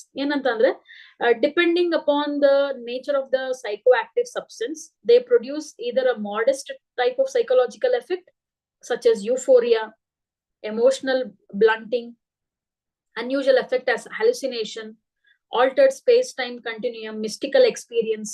ಇದೆಲ್ಲನೂ ಇದರಿಂದ ಆಗೋ ಸಾಧ್ಯತೆ ಇದೆ. You might have seen some certain mystics in India itself who goes high, literally high, and talk something, and we never know. And there are certain, there are what do you call as fake, so-called godman or godmen, whatever it is, where they are also on high, and sometimes there are certain evidences wherein they are under the influence of these intoxicants. Adunu navu nodidvi in the recent past, right? So some of the most commonly used hallucinogens antandre hallucination ge karanavaguvanthaddu mushrooms agirbodu. We know about cannabis, right? Marijuana we are talking about. Then LSD baggenu news allittu very long back. Students are taking, I mean today it is still there. It is not that we are got rid of it, we got rid of everything. It is still there. All comes under narcotics. Okay, narcotics department kelige barutte idre sambandhapattidella. LSD kelirbodu ನೀವು LSD. Then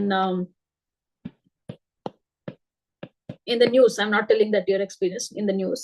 Then MDMA anta ide, DMT anta ide. So idella psychedelics athwa drugs kelige baruvanthaddu. So idanna in the recent past we have seen people using it. So in the last century, humans have discovered new types of hallucinogens or psychedelics. Many of these are actually derived from nature. So how it is, such animals can now psychoactive fauna anta karitive. The animals in the derive maduvanta psychedelics ke.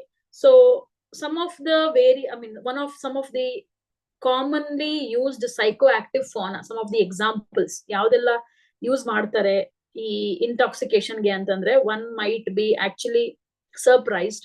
Some of the examples are clownfish. I don't know how they use it. Clownfish, then rabbit fish,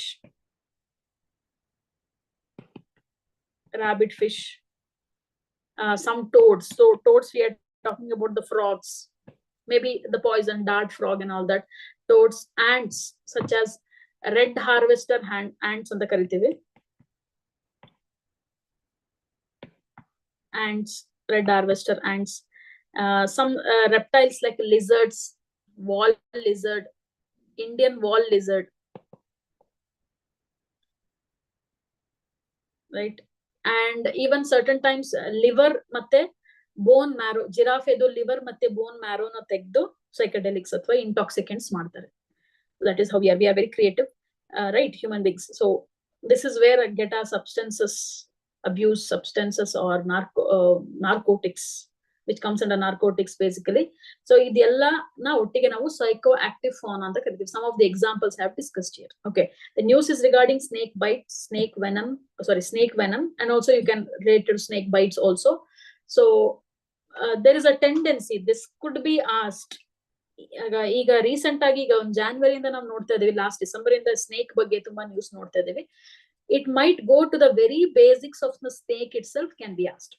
snakes ಬಗ್ಗೆನೇ basic ಆಗಿ ಕೇಳ್ಬೋದು, not about this all this controversial or sensational news, rather very basic part, the static part which is related to snakes ಬಗ್ಗೆ ಕೇಳೋ ಸಾಧ್ಯತೆಗಳಿದೆ. Okay, so just look into it. So this is about the key points from the article. So ಈಗ what does the law say? ಇಂಡಿಯಾದಲ್ಲಿ ಈ ರೀತಿಯಾದ ಒಂದು venom use ಮಾಡೋದಕ್ಕೆ ಏನಿದೆ ಲಾ, legal ಆಗಿ ಏನಿದೆ ಅಂತ ಅಂದ್ಬಿಟ್ಟು. So most psycho active substances fall under the narcotic drugs and psychotropic substances act, NDPS act ಅಂತ ಕರಿತೀವಿ. But snake venom does not. ಎಲ್ಲಾನು ನಾರ್ಕೋಟಿಕ್ ಡ್ರಗ್ಸ್, ಈಗ ಏನೆಲ್ಲ ಡ್ರಗ್ಸ್ ನಾವು ಏನು LSD, mushrooms, cannabis, marijuana, whatever we have spoken about, ಅದೆಲ್ಲ NDPS ಕೆಳಗೆ ಬರುತ್ತೆ. ಆದ್ರೆ ಸ್ನೇಕ್ ವೆನಮ್ ಯೂಸ್ ಮಾಡಿದಾಗ ಅದು NDPS ಕೆಳಗೆ ಬರಲ್ಲ. ರೇಡ್ ಅಥವಾ ಸೀಜರ್ ಅಥವಾ ಅರೆಸ್ಟ್ ಅಲ್ಲ, ಎಲ್ಲ ಮಾಡಬಹುದು. But finally it will be treated under wild life protection act. So remember this, very very important. Akasmat news al kottidre, because certain times there are every year or every batch there will be question when we speak about scheduled plants, protected plant species in India. Ada mataddaga there is no cannabis there. Cannabis is not there. So people ask why this is not, isn't it a protected plant? It is not protected plant. It comes under narcotics, right, as of now. So ಒಂದೊಂದು exceptions ಇರುತ್ತೆ, ಅದು ಗೊತ್ತಿರಬೇಕು ನಿಮ್ಗೆ. So instead, matters concerning snakes and their venom are governed by Wildlife Protection Act. NDPS ಕೆಳಗೆ ಬರಲ್ಲ, Wildlife Protection Act ಕೆಳಗೆ ಬರುತ್ತೆ. So the Narcotic Control Bureau of India has the power to raid and seize such illegal consumption. Power raid ಮತ್ತು seize ಮಾಡಕ್ಕೆ power ಇದೆ narcotic control ಬ್ಯೂರೋಗೆ, but it will be governed under wild life protection Act. Final say will be under this. ಅದು ಏನೇನು arrest ಆಗಿರ್ಬೋದು, penalty ಆಗಿರ್ಬೋದು, ಅದೆಲ್ಲ WPA ಕೆಳಗೆ ನಡೆಯುತ್ತೆ. So under the wild life protection act, collecting or dealing in snake venom without a licence is strictly prohibited. Snake venom use ಮಾಡ್ತಾರೆ for what you call as treating, basically to conduct experiments for research purpose. It can be used, but permission should be taken under wildlife protection, according to Wildlife Protection Act, or else it is strictly prohibited. Only licensed snake catchers can retrieve snakes, typically if they have entered human settlements with permission from the forest department. There is a clause for this, right? So venom from medically important snakes is often sold to pharmaceutical companies to produce anti-snake venom. Idu ಮಾಡಬಹುದು ಅಂದ್ರೆ ಯಾರು, there is no such law wherein nobody should make use of venom. Venom should be used and can be used because India is one country wherein we have maximum death when it comes to snake bites. So pharmaceutical ಕಂಪನೀಸ್ಗೆ produce ಮಾಡಿರ್ಬೋದು, ಅದು licensed ಆಗಿರ್ಬೇಕು. Licence ಇಲ್ಲದೆ ಮಾಡಿದ್ರೆ ಅದನ್ನ ನಾವು illegal ಅಂತ ಕರೀತೀವಿ under wild life protection act. Snake bites are a significant issue in India, classified as a neglected tropical disease by UN. ಅದನ್ನು ಇತ್ತು ರೀಸೆಂಟ್ ನ್ಯೂಸ್ ಅಲ್ಲಿ. ಸ್ನೇಕ್ ಬೈಟ್ಸ್ ನ United Nations neglected tropical disease ಅಂತ consider ಮಾಡಿದೆ, ಅದ್ರ ಕೆಳಗೆ consider ಮಾಡಿದೆ. There are many diseases that is been overlooked, yet it is important. ಈ ಲಿಸ್ಟ್ ಕೆಳಗೆ ಬಂದಿದೆ. Many deaths occur due to delays in receiving antivenom or the quality of antivenom administered to patients. So ಎಷ್ಟೋ ಸಲ snake byte ಆದ ತಕ್ಷಣ ಹಾಸ್ಪಿಟಲ್ಗೆ ಸೇರಿಸಿದ್ರು ಆಂಟಿವೆನಮ್ receive ಮಾಡೋಷ್ಟ್ರೊಳಗೆ ಅಥವಾ ಅದು ಆಕ್ಸೆಸಿಬಿಲಿಟಿ ಇರೋಷ್ಟ್ರೊಳಗೆನೆ I mean obviously people die, or else the antivenom quality ಒಳ್ಳೆದಿರಲ್ಲ. Maybe there can be an adulteration of whatever it is. So mostly people die because of this lack of proper treatment or timely treatment ಅಂತ ಹೇಳ್ಬೋದು. So ಇದು ನಮ್ದು legislative part ಅಥವಾ ಏನು legal part of this antivenom or venom, snake venom itself. So it is all about snakes here basically. Okay, you can go back to the basics, you can understand better about it. I mean ಅದ್ರದ್ದು trades ಏನು, ಅಥವಾ at least ಈ big 4 ಅಂತ ನಾನೇನಂತ ಹೇಳಿದೆ, crate ಆಗಿರ್ಬೋದು, Russell's wiper ಆಗಿರ್ಬೋದು, ಅಥವಾ king cobra ಆಗಿರ್ಬೋದು, which ever it is, right? Look into it, which are the 4 snakes which are called as big 4 in India. Okay, that is to you. Then moving on, species in news. Bugun leochicla or leochicla. Okay, leochicla is the bird's name of Arunachal. So this is again, it is repeated. We have seen regarding this bird where it made news in Republic Day, because the Arunachal Pradesh state tableau represented the bird itself. If at all you remember, if you can recollect, Republic Day ali tableau ali Arunachal Pradesh tableau ಏನಾಗಿತ್ತು, ಈ bird ಆಗಿತ್ತು, entire a bigger bird, to increase awareness or bring in awareness about the bird. Okay, ಅದು ಒಂದ್ಸರಿ news ಅಲ್ಲಿ ಇತ್ತು. Again, it has been there resurfacing in the news. This is the second time or maybe more than that in the recent past. So we have to give an importance to this. ಈಗ news ಏನಂತ ಅಂದ್ರೆ, Arunachal tribe donates land for critically endangered songbird Bugun Layoshikla. Okay, Bugun ಅನ್ನೋದು ಒಂದು community name ಹೌದು, ಈ bird name ಹೌದು. So it is very easy to remember for you. It is in Arunachal Pradesh. Okay, not the state bird of Arunachal Pradesh, just a critically endangered songbird, a singing bird of Arunachal Pradesh. So recently, a major tribe living near Eagle Nest Wildlife Sanctuary in Arunachal Pradesh donated 1,470 hectares of forest land to the State Forest Department. It was a community land. So basically, these tribe donated to the Forest Department, saying that for the protection of this bird. That was recently in news. So mostly we stereotype Northeast people saying that, okay, these are head hunters, they eat different meat, they live all such things, and they are what you call as hostile, they are isolated and all that. In the recent past, we can see that many hunters itself, they themselves have turned into conservationists. They're conserving animal life or wildlife, basically the flora, the fauna, the avian species. That is happening, that we can see we are witnessing in the recent past. This is one such exemplary deed by these tribes, we can say. So this move boosts efforts to protect the Bugun Layoshikla bird. Name of the bird, you remember. Question can go like this also. Bugun Layoshikla was recently seen in news. This refers to what? Bird, amphibian, mammal, whatever. Okay, ಹೆಸರು ನೀವು ಏನು ಹೆಸರು ನೋಡಿದ್ರೆ ಅಥವಾ terminology ನೋಡಿದ್ರೆ one cannot actually identify what exactly it is. ಏನದು, plant, animal, bird ಅಲ್ವಾ? So such pattern has been, we can see, I mean, we have seen in the recent news, what you call as question papers. So it's better to know about this. Okay, so it is a small babbler with olive gray plumage and black cap, has become an attraction of the bird watchers since it was discovered as a new bird species in 2006 ಅಲ್ಲಿ first time ಇದನ್ನ discovered ಮಾಡಿದ್ರು ಅರುಣಾಚಲ್ ಅಲ್ಲಿ. ಅದಾದ ನಂತರ it is very prominent and it is very popular among the bird watchers. So let's look into the tribe now, the Bugun tribe itself, and then we move on to the species. So originating from Tibet through east coming, and the Buguns settled in Arunachal Pradesh. Their origin is Tibet and they settled down in Arunachal. So they maintain distinct boundaries with neighboring tribes and speak their own language, Kawa.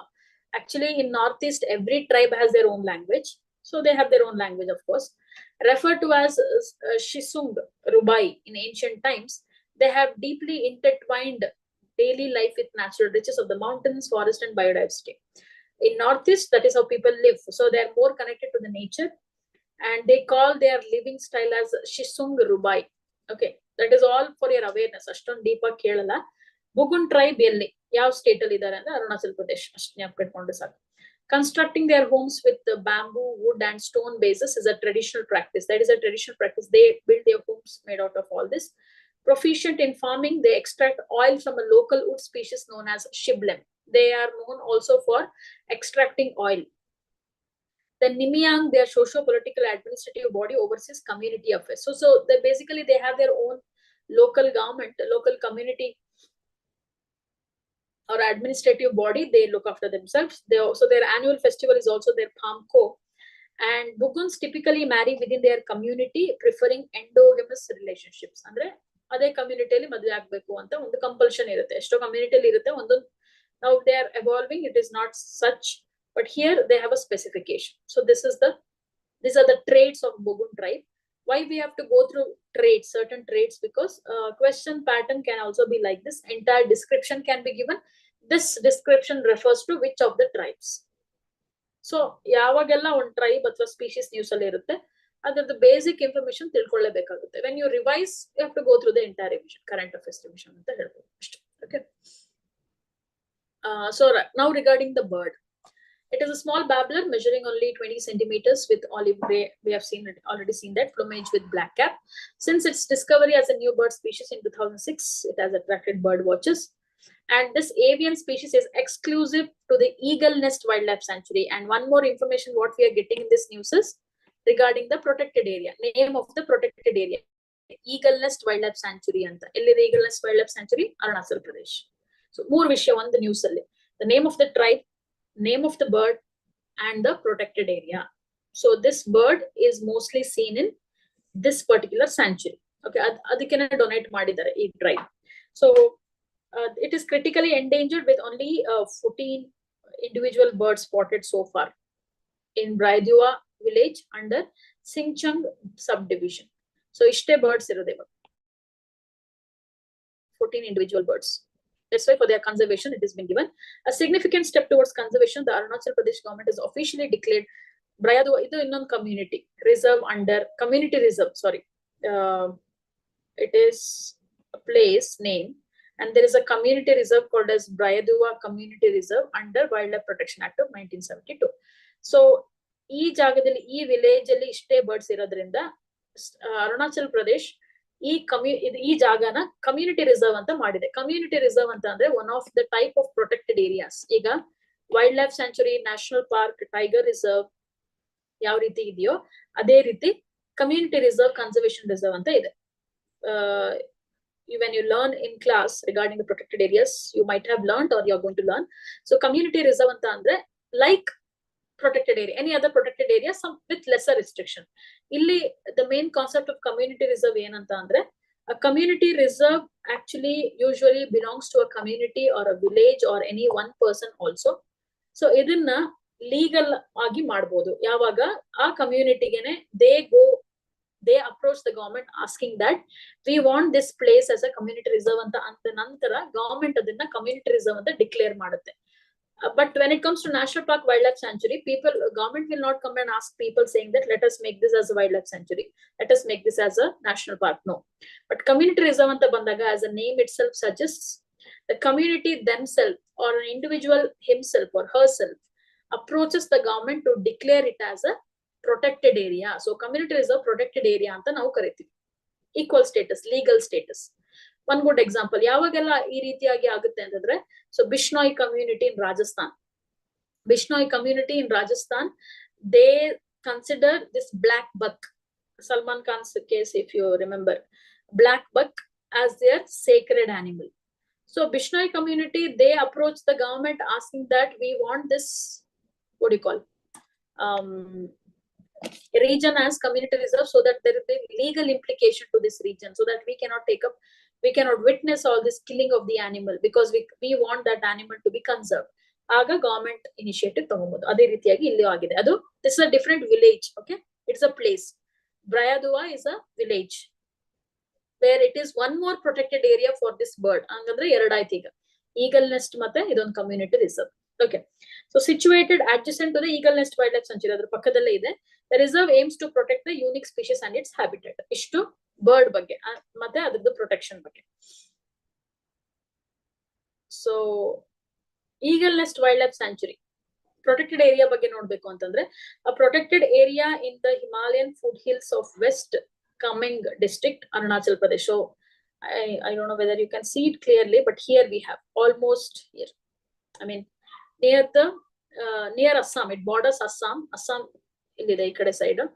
So this is Eagle Nest here, Eagle Nest Wildlife Sanctuary.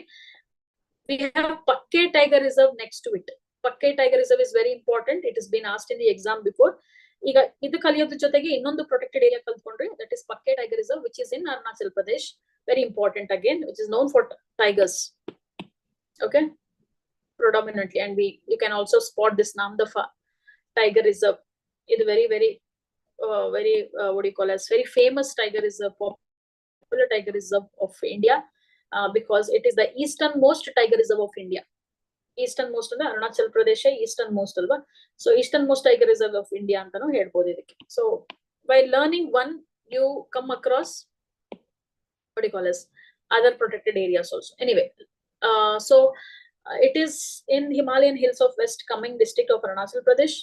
Adjoins Sessa Orchid Sanctuary to the northeast and Pakumi or Pakke Tiger Reserve across the Kameng in the east.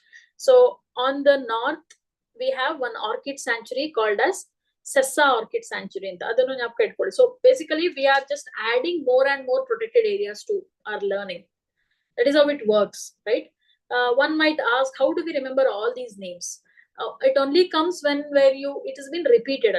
One cannot by heart all the names, and though you sit and by heart everything, and ultimately you will forget it. So what you can do is, the more you come across, don't leave a chance wherein not to look at it. Okay,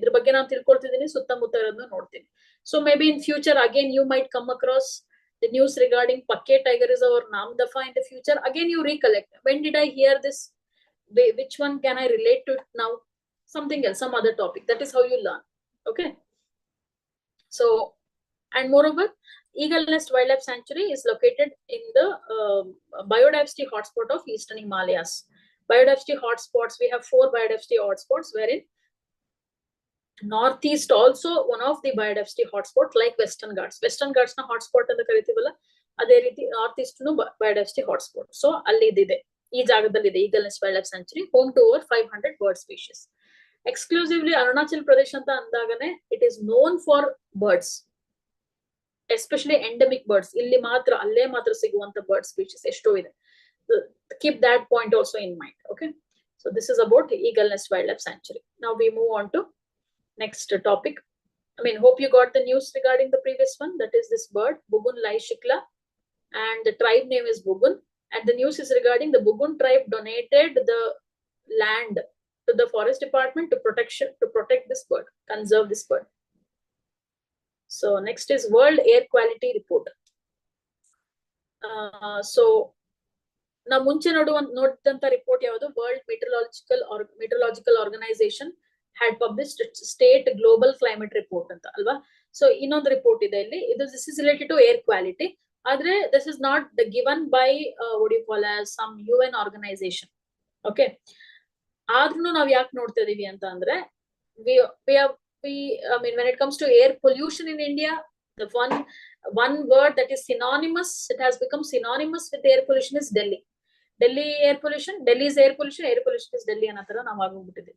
So ಆ topic ನ touch ಮಾಡಕ್ಕೋಸ್ಕರ ಈ report ಬಗ್ಗೆ ತಿಳ್ಕೊಳ್ತಿದೀವಿ ಅಷ್ಟೇ. Okay. Most of the times when it is given as a report by various organizations, countries will deny. ಯಾವಾಗೆಲ್ಲ ಕಂಟ್ರಿನ ಒಂದು dark side ಅಲ್ಲಿ ತೋರಿಸ್ತಾರೆ ಅಥವಾ global level ಅಲ್ಲಿ ಇಂಡಿಯಾದಲ್ಲಿ Delhi is the most polluted, nobody wants to come, right? So it actually hampers or damages the image of the country at the global level. Most of the times the countries will deny, but ಒಂದೊಂದು ವಿಷಯದಲ್ಲಿ deny ಮಾಡಕ್ಕಾಗಲ್ಲ because it's already we are experiencing it, right? ಆದ್ರೂ we are connecting this particular topic with the very static part, that is air pollution itself. Okay. So World Air Quality Report in 2023, India ranked 3rd for bad air quality among 134 countries after Bangladesh and Pakistan. Top 3 alli navidevi. Okay, andre countries alli. As per the World Air Quality Report 2023 by IQ Air anta. IQ Air is a Swiss organization, Switzerland based organization. It is not a UN organization as such, some research organization it is. So how do they do it exactly? How do they monitor the air quality? Is ಈ monitoring ಅಥವಾ monitors ಇಟ್ಟಿರ್ತಾರಲ್ವಾ, air quality monitors ಇಟ್ಟಿರ್ತಾರೆ ಪ್ರತಿಯೊಂದು ಸಿಟಿಯಲ್ಲಿ. ಆ report ನ ತಗೊಂಡು ಆ statistics ಮೇಲೆ ಮಾಡಿರ್ತಾರೆ, ಆ ಡೇಟಾ ಮೇಲೆ ಮಾಡಿರ್ತಾರೆ ಈ ರಿಪೋರ್ಟ್ ನ. It is not that on their own or something, scientifically accurate ಆಗಿರುತ್ತೆ. So based on this data, relevant data, this is the result. So Begusarai in Bihar was identified as the most polluted metropolitan area globally. Bihar alli iruvanta ಒಂದು city, ಒಂದು town ಅಥವಾ city ಜಾಗ is the most polluted anta bandide report alli. Delhi was singled out as the capital city with the poorest air quality. Ella capital city, world the capital cities na tagondaga Delhi has the poorest air quality anta ಇನ್ನೊಂದು report, ಇನ್ನೊಂದು result ಹೇಳುತ್ತೆ. India ranked 3rd for bad air quality. That is, we have already seen after Bangladesh and Pakistan. The average annual PM 2.5 concentration in India was 54.4 micrograms per cubic meter. So PM 2.5 anta andre particulate matter 2.5. What are this particulate matter mean? Particulate matter antandre the suspended particles in the air. 2.5 andre eno the micron size of the particle, the size of the particle, right? 2.5 ಮತ್ತೆ 10 ಅಂತ ನೀವು ಕೇಳಿರಬಹುದು. 2.5 and 10 in the news also, ಅಥವಾ ನೀವು major cities ಅಲ್ಲಿ ನೀವು ನೋಡಿದ್ರೆ ಆ ಡಿಸ್ಪ್ಲೇ ಬೋರ್ಡ್ಸ್ ನೋಡಿದ್ರೆ ಅಲ್ಲಿ ಡಿಸ್ಪ್ಲೇ ಮಾಡ್ತಾ ಇರ್ತಾರೆ ಪ್ರಸ್ತುತ ಪರ್ಟಿಕ್ಯುಲರ್ ಮ್ಯಾಟರ್ ಎಷ್ಟಿದೆ, ಸಲ್ಫರ್ ಡೈಆಕ್ಸೈಡ್ ಲೆವೆಲ್ ಎಷ್ಟಿದೆ, ಅಥವಾ ಓಝೋನ್ ಲೆವೆಲ್ ಎಷ್ಟಿದೆ. ಸೊ ಎವ್ರಿಥಿಂಗ್ ಏರ್ ಪೊಲ್ಯೂಟೆಂಟ್ಸ್ ನ ಮಾನಿಟರ್ ಮಾಡುವಂತ ಡಿಸ್ಪ್ಲೇಸ್ ಎಷ್ಟೋ ಕಡೆ ಇದೆ, ಬ್ಯಾಂಗ್ಳೂರಲ್ಲೂ ಇದೆ, ಮೇಜರ್ ಮೆಟ್ರೋಪಾಲಿಟನ್ ಸಿಟೀಸ್ ಅಲ್ಲಿ ಇದೆ.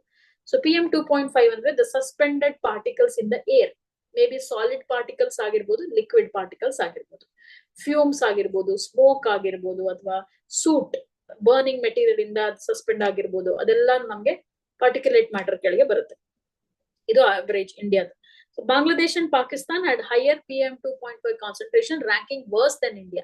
PM 2.5 anta andaga it is even more dangerous than PM 10. PM 2.5 is very tiny size. 2.5 andre size ಬಗ್ಗೆ ನಾವು ಮಾತಾಡ್ತಿದ್ದೇವೆ, which is very tiny yet very dangerous. Because PM 10 will settle down in the upper respiratory system, whereas PM 2.5 settle down in the lower respiratory system, affects our lungs. So that is more deadly than PM 10. Okay. So Bangladesh, okay, that is done. Then in 2022, India was ranked as 8th most polluted country with an average PM 2.5 concentration of 53.3 centimeters, I think, micrograms per cubic meter.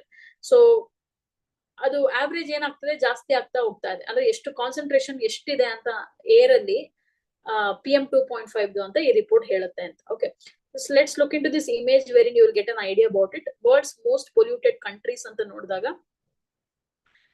this is how this we are talking about only PM 2.5 ನೋಡಿದಾಗ look at the number.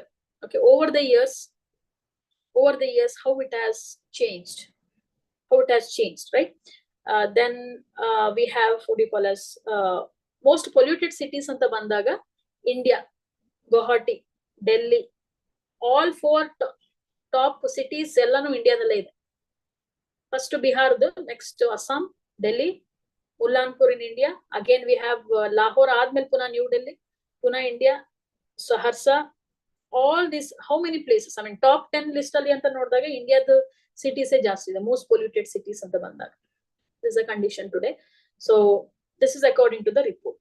Okay, ಈಗ ಇದನ್ನೆಲ್ಲ ಯಾವ city top ಅಲ್ಲಿ ಇದೆ, ಯಾವ city lower level ಇದೆ ಅಂತೆಲ್ಲ ಕೇಳಲ್ಲ. ಏನ್ ಕೇಳ್ತಾರೆ? ಏರ್ ಪೊಲ್ಯೂಷನ್ ಬಗ್ಗೆ ಕೇಳ್ತಾರೆ. ಏರ್ ಪೊಲ್ಯೂಷನ್ ಗೆ ತಗೊಂಡಿರುವಂತ ಪ್ಲಾನ್ಸ್ ಬಗ್ಗೆ ಕೇಳ್ತಾರೆ, ಪಾಲಿಸೀಸ್ ಬಗ್ಗೆ. ಏನ್ ಮಾಡ್ತಿದೆ ಗವರ್ಮೆಂಟ್ ಏರ್ ಪೊಲ್ಯೂಷನ್ ಟ್ಯಾಕಲ್ ಮಾಡಕ್ಕೆ? What are the recent developments, what are the recent policy schemes?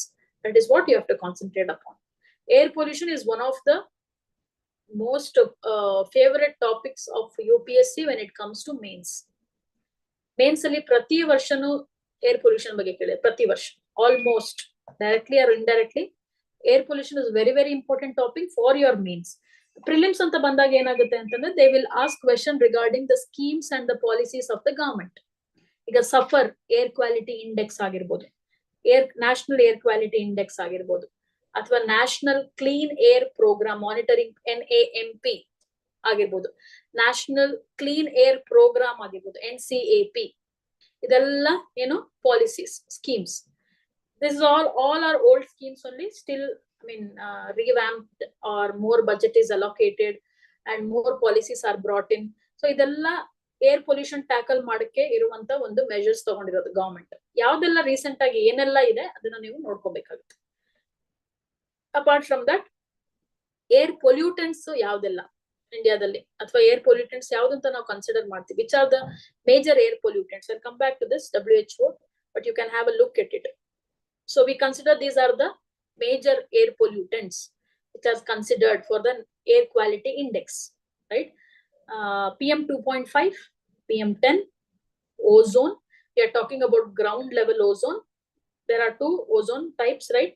Good ozone and bad ozone. Tropospheric and stratospheric. Stratospheric, one which protects us from ultraviolet rays of the sun. This ozone is ground level ozone, which is formed because of the anthropogenic activities, volatile organic compounds. Okay, and ಮತ್ತೆ nitrogen dioxide, sulfur dioxide, and we have carbon monoxide. ಇಷ್ಟು pollutants. Basic questions. Which of the following are the air pollutants ಅಂತ ಕೇಳ್ಬೋದು. ಅದರಲ್ಲಿ ನಿಮಗೆ green house gases ಇರುತ್ತೆ. CO2, carbon dioxide is a greenhouse gas. Carbon monoxide is an air pollutant. ಆ list ಗೊತ್ತಿರಬೇಕು, ಯಾವ್ದೆಲ್ಲ greenhouse gases, ಯಾವ್ದೆಲ್ಲ air pollutants. You have to make a list about it. Okay, list on it. So ಇದು WHO prescribe ಮಾಡಿರುವಂತ levels, very the data. Let's look into it. So the World Health Organization updates its air quality guidelines to protect public health from air pollution. Update ಮಾಡ್ತಾ ಇರುತ್ತೆ ಅಥವಾ ಕೊಡ್ತಾ ಇರುತ್ತೆ guidelines, ಇಷ್ಟಿರ್ಬೇಕು quality ಅಂದ್ರೆ. Over a period of time as industries and all evolved, changes ಮಾಡಿದ್ದಾರೆ. But it should be in a prescribed limit. ಅದು not only air pollutants, ಯಾವ್ದಾದ್ರು ಪೊಲ್ಯೂಟೆಂಟ್ ಆಗಿರ್ಬೋದು, ಆರ್ಸೆನಿಕ್ ಆಗಿರ್ಬೋದು, ಮರ್ಕ್ಯುರಿ ಆಗಿರ್ಬೋದು, ಎಲ್ಲದಕ್ಕೂ ಒಂದು ಗೈಡ್ಲೈನ್ ಇರುತ್ತೆ, ಸ್ಟ್ಯಾಂಡರ್ಡ್ ಇರುತ್ತೆ. Okay, timely there will be a check whether the countries have fallen within that limit or gone beyond that limit. The latest update was in 2021, revising guidelines first published in 2005.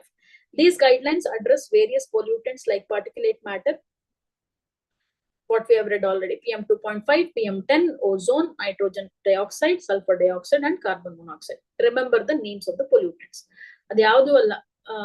When you look into the, what do you call as, when you read your newspapers every day, Hindu newspapers every day, there's a small column called as weather watch. I think I have told in the class also. Weather watch ಅಂತ ಒಂದು small column ಇದೆ.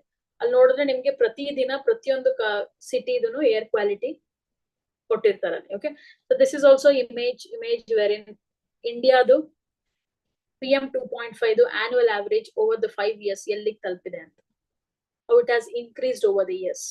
Right, this is what in from 2019 to 2023 anta nodidaga there was ups and downs, but it is increasing. It has increased again in 2023. adu jaasti agide anta. Okay, that's why these cities are on the list. Next is regarding environment itself, handling nuclear waste. So we have various waste management aspects, waste, how we tackle waste in India. It may be solid waste management, or biomedical waste, or plastic waste, or e-waste, etc. But what about nuclear waste? Why should we talk about it? And what are the challenges of handling it? That's the question today. So when it comes to nuclear waste, nuclear energy is used in India for the generation of electricity. Of course, we have nuclear arms. Apart from that, the country actually generates at least about 4 to 5% of the electricity from nuclear energy, apart from the various other sources. But nobody speaks about the waste that is being handled. But India has taken certain steps. The question is it enough? Right? Let us look into it. So India recently loaded the core of its long-awaited prototype fast breeder reactor, moving closer to stage 2 of its nuclear program, which involves uranium and plutonium. So fast breeder reactor, the core na load madidru.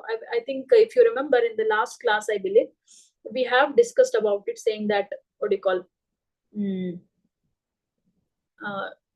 our prime minister actually loaded the core of the prototype fast breeder reactor. Fast breeder reactor antane ಒಂದು topic ನಾವು discuss ಮಾಡಿದ್ವಿ. I don't know whether you remember. So what is this prototype fast breeder reactor andre ಏನು? Prototype fast breeder reactor means what exactly? Yes, what is it? The thing is, fast breeder reactor anta ಯಾಕೆ ಕರಿತೀವಿ ಅಂದ್ರೆ ಇದನ್ನ, so it is a model, or it is a reactor that generates more fissile material than it consumes. ಅದು consume ಮಾಡೋಕ್ಕಿಂತ ಜಾಸ್ತಿ generate ಮಾಡೋದಕ್ಕೆ ನಾವು ಅದನ್ನ ಫಾಸ್ಟ್ ಬ್ರೀಡರ್ ರಿಯಾಕ್ಟರ್ ಅಂತ ಕರಿತೀವಿ. ಸೊ ಯುರೇನಿಯಂ ಮತ್ತು ಥೋರಿಯಂ ಇದೆರಡನ್ನ ಮೆಟೀರಿಯಲ್ ಆಗಿ ಇಟ್ಕೊಂಡು ಅದನ್ನ ಲೋಡ್ ಮಾಡಿರ್ತಾರೆ, ಫ್ಯೂಲ್ ಆಗಿ, ಯುರೇನಿಯಂ ಅಥವಾ thorium. Okay, uranium 238 or thorium 232, uranium 238 or thorium 232 ಇದನ್ನ ಫ್ಯೂಲ್ ಆಗಿ. ಸೊ ಅದು ಜನರೇಟ್ ಕನ್ಸ್ಯೂಮ್ ಮಾಡೋಕ್ಕಿಂತ ಜಾಸ್ತಿ ಜನರೇಟ್ ಮಾಡುತ್ತೆ fissile material, so that electricity can be generated. ಅದಕ್ಕೆ ನಾವು ಅದನ್ನ ಫಾಸ್ಟ್ ಬ್ರೀಡರ್ ರಿಯಾಕ್ಟರ್ ಅಂತ ಕರಿತೀವಿ. So India is in almost at the stage 2 wherein it was recently loaded. ಇದ್ರ ಮಧ್ಯೆ ಈ ನ್ಯೂಸ್ ಆಗಿದೆ. ಸೊ ಇದ್ರ ಮೇಲೆ ಮಾತಾಡ್ಬೇಕು ಅಂತಂದ್ರೆ, what about the waste is the question here. Okay, in stage 3, India aims to utilize its abundant thorium reserves for nuclear power, seeking energy independence. ಅಂದ್ರೆ ನಮಗೆ thorium reserves ಅಂತ ಬಂದಾಗ ಕೇರಳದಲ್ಲಿ we have enough thorium reserves. So independent ಆಗಿ ಅಥವಾ ಯಾವುದೇ ಒಂದು ಬೇರೆ ಕಂಟ್ರಿಗೆ ಡಿಪೆಂಡೆಂಟ್ ಆಗದೆ ಹಾಗೆ ನಾವು ಇದನ್ನ ನಮ್ದು ನ್ಯೂಕ್ಲಿಯರ್ ಎನರ್ಜಿನ ನಾವು ಡೆವಲಪ್ ಮಾಡಬೇಕು, ಎವಾಲ್ವ್ ಆಗಬೇಕು ಅಂತ ಇದನ್ನ ಸ್ಟಾರ್ಟ್ ಮಾಡಿದ್ವಿ. So however, wide spread use of nuclear power possess challenges in waste management. ಇಷ್ಟೊಂದು ನಾವು ಎವಾಲ್ವ್ ಆಗ್ತಿರೋದು ನೋಡಿದ್ರೆ what about the nuclear waste ಅಂತ ಈ ಆರ್ಟಿಕಲ್ ಎಕ್ಸ್ಪ್ಲೈನ್ ಮಾಡುತ್ತೆ. Okay, so here the key points here is what is this nuclear waste ಅಂತ ನಾವು ಅರ್ಥ ಮಾಡ್ಕೋಬೇಕು ಫಸ್ಟ್. ನ್ಯೂಕ್ಲಿಯರ್ ವೇಸ್ಟ್ ಎಲ್ಲಿಂದ, ಈಗ ಸಾಲಿಡ್ ವೇಸ್ಟ್ ಅಂದ್ರೆ ಡ್ರೈ ವೇಸ್ಟ್, ವೆಟ್ ವೇಸ್ಟ್ ಅಂತೀವಿ. ಎಲೆಕ್ಟ್ರಾನಿಕ್ ವೇಸ್ಟ್ ಅಂತಂದ್ರೆ ಗ್ಯಾಜೆಟ್ಸ್ ಯೂಸ್ ಮಾಡೋದಾಗಿರ್ಬೋದು. ಬಟ್ ನ್ಯೂಕ್ಲಿಯರ್ ವೇಸ್ಟ್ ಅಂದ್ರೆ ಏನು, ಎಲ್ಲಿಂದ ಅದು ಜನರೇಟ್ ಆಗುತ್ತೆ, ಯಾವ ರೀತಿಯಾಗಿ ಜನರೇಟ್ ಆಗುತ್ತೆ ಅಂತ. It might look little technical ನಿಮ್ಗೆ ಸ್ವಲ್ಪ, ಆದ್ರೆ ಎಷ್ಟು ಅರ್ಥ ಆಗುತ್ತೆ ತುಂಬಾ ಡೀಟೇಲ್ ಆಗಿ ಹೋಗ್ಬೇಡಿ. I have try to make it very simple, but yet try to remember the terminologies as I've told you. Okay, so nuclear waste ಅಂತ ಅಂದ್ರೆ we look into it in a fission reactor. React ಆಗುತ್ತಲ್ಲ nuclear power plant, ನೀವು school level ಅಲ್ಲಿ ಡ್ರಾನು ಮಾಡಿರ್ತೀರಾ, ಕಲ್ತಿರ್ತೀರಾ. So that is the basic thing you have to go back to. In a fission reactor, when we say fission, hope you know about this, right? Nuclear fusion anta ide, nuclear fission anta ide. Fusion ಮತ್ತು fission ಗೆ ಇರುವಂತ difference ಏನು? What is the difference between nuclear fission and fusion? Fission ಅಲ್ಲಿ ಏನಾಗುತ್ತೆ, split ಆಗುತ್ತೆ ಅಲ್ವಾ. Fusion ಅಲ್ಲಿ ಏನಾಗುತ್ತೆ, it combines to form a heavier nucleus, a stable nucleus. Correct? So electricity generation, the underlying principle behind is nuclear fission. Sun is nuclear fusion. Hydrogen bomb is a nuclear fusion. Example, nuclear fusion. Hydrogen and helium combine ಆಗಿರುವಂತದ್ದು, ಇಲ್ಲಿ split ಆಗುವಂತದ್ದು, ಅದಕ್ಕೆ fission ಅಂತ ಕರಿತೀವಿ. Okay, so now in a fission reactor, atoms are bombarded by neutrons, causing them to break apart. Fission ಅಂದ್ರೆ breaking apart ಅಂತ ನಾವು ಹೇಳ್ಬೋದು. break apart, releasing energy and creating new elements. ಅದು ಎನರ್ಜಿ ರಿಲೀಸ್ ಮಾಡುತ್ತೆ, plus ಹೊಸ elements ನ create ಮಾಡುತ್ತೆ. ಇಲ್ಲಿ ಕ್ರಿಯೇಟ್ ಆಗಿರುವಂತ ಎಲಿಮೆಂಟ್ಸ್ ಯಾವ್ದೀಗ, for example when uranium 235 absorbs a neutron, it splits into barium and krypton. Barium 144 ಮತ್ತು ಕ್ರಿಪ್ಟಾನ್ 89 ಆಗಿ ಸ್ಪ್ಲಿಟ್ ಆಗುತ್ತೆ. ಮತ್ತು ಜಾಸ್ತಿ ನ್ಯೂಟ್ರಾನ್ ಅಂದ್ರೆ ಅದೊಂದು ಚೈನ್ ರಿಯಾಕ್ಷನ್ ಅಲ್ವಾ, nuclear energy is chain reaction. So ಈಗ ನ್ಯೂಟ್ರಾನ್ ಆಯ್ತು, ನಮ್ಗೆ ನ್ಯೂಟ್ರಾನ್ ಸಿಕ್ತು, ಎನರ್ಜಿ ಸಿಕ್ತು. ಬಟ್ ವಾಟ್ ಅಬೌಟ್ ಈ ಬೇರಿಯಂ ಮತ್ತು ಕ್ರಿಪ್ಟಾನ್ ಎಕ್ಸ್ಟ್ರಾ ಪ್ರೊಡ್ಯೂಸ್ ಆಗಿದೆಯಲ್ಲ ಫಿಷನ್ ಪ್ರಾಡಕ್ಟ್ ಆಗಿ, ಅದೇನಾಗುತ್ತೆ, ಅದೇ ನ್ಯೂಕ್ಲಿಯರ್ ವೇಸ್ಟ್ ಆಗುತ್ತೆ. Hope you are following it. We are getting one side, we are getting energy. What about the other side, ಅಂದ್ರೆ ಈಗ ಏನಂತ ಅಂತಾರೆ, we are taking up a process wherein we are burning something is heated up. What about the leftovers, what about the smoke ಅಂತ ಒಂದು question. ಅದೇ ರೀತಿ ಇಲ್ಲಿ ಅಷ್ಟೇ, ಬೇರಿಯಂ ಮತ್ತು krypton, we have barium and krypton as a fission products because of this nuclear fission, and that ends up as nuclear waste. So fuel used in reactors becomes irradiated and it is called spent fuel. Irradiation ಅಂತಂದ್ರೆ burning more, it is called as spent fuel. So nuclear waste is highly radioactive and needs to be stored in secure facilities to prevent environmental contamination. ಈ ಏನು fission products ಸಿಕ್ಕಿರುತ್ತೆ ನಮ್ಗೆ barium ಮತ್ತು krypton, ಅದನ್ನ we have to store it in a different facility, wait for a particular time, and then where we can sink in deeper to the any particular environment so that it is not radioactive. So ಇಷ್ಟು process ಇದೆ ಅದರಲ್ಲಿ.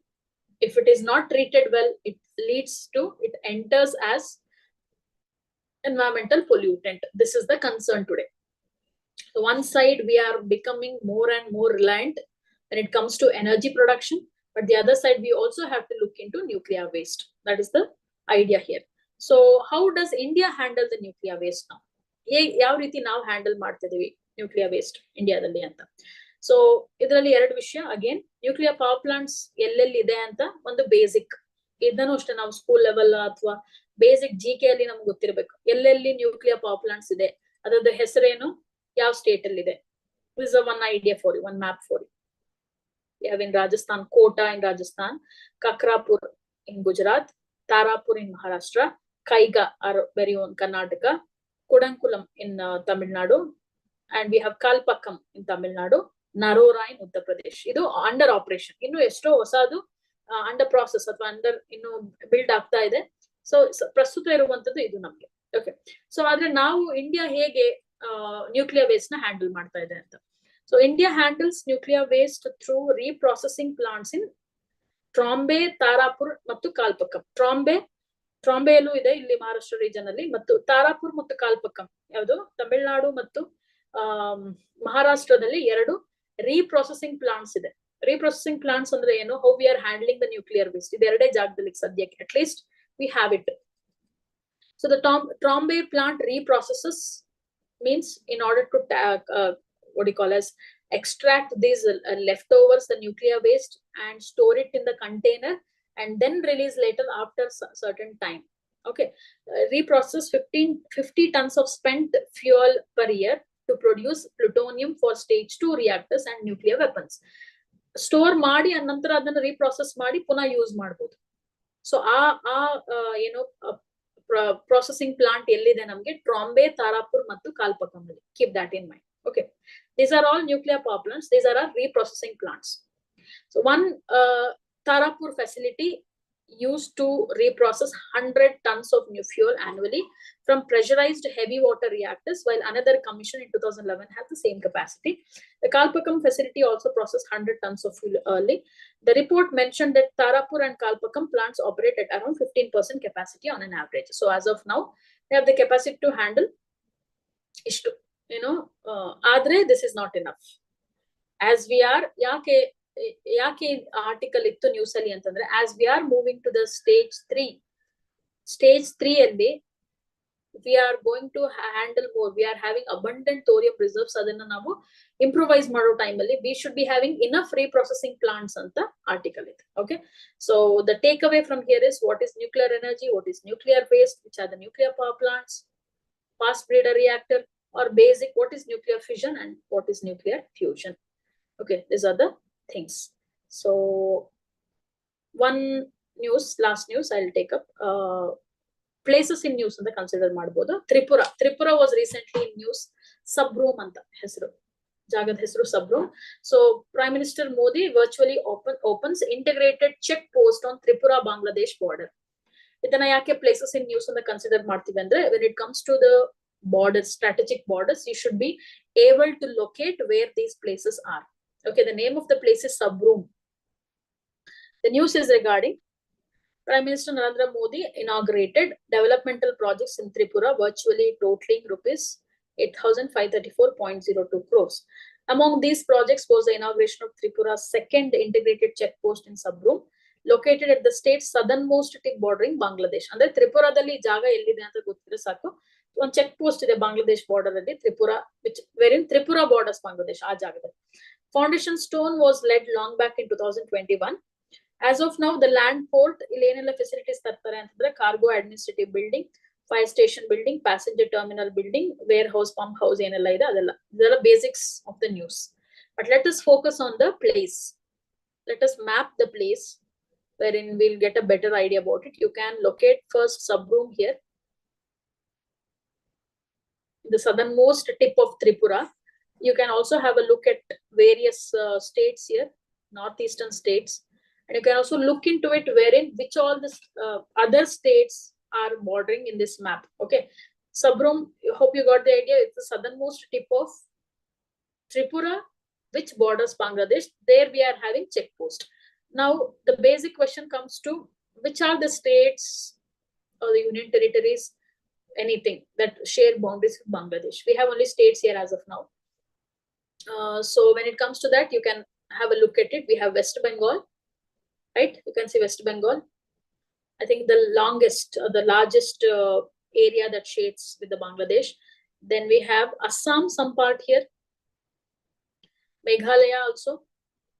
Then we have Tripura, right? Tripura we have. Then Mizoram.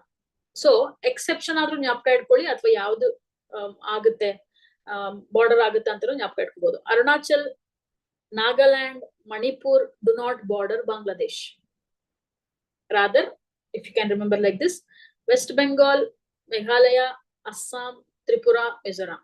So these many states. Either remember the exception or remember the actual ones. Anyway, this is how you have to remember mapping. So though the news is regarding what do you call as check post, we should be focusing on the borders, especially other bordering states ಬಗ್ಗೆ ಇದ್ರೆ, ಬೇರೆ countries ಜೊತೆ border ಮಾಡ್ತಿರೋ states ಇದ್ರೆ, first thing you have to look into is mapping. ಅದೆಲ್ಲಿ locate ಆಗಿದೆ, ಆ ಜಾಗ ಎಲ್ಲಿ ಲೊಕೇಟ್ ಆಗಿದೆ, ಯಾವ್ದೆಲ್ಲ ಬೇರೆ ಜಾಗಗಳು ಬಾರ್ಡರ್ ಆಗುತ್ತೆ ಅಂತ. Okay, this is about we have places in mapping. The rest of the things I'll just share with you, I mean with the notes along with this thing. So for today we will wind up.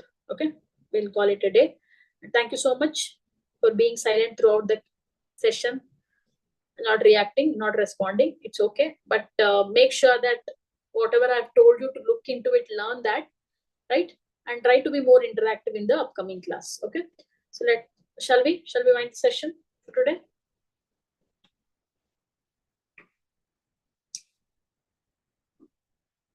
Okay, thank you so much,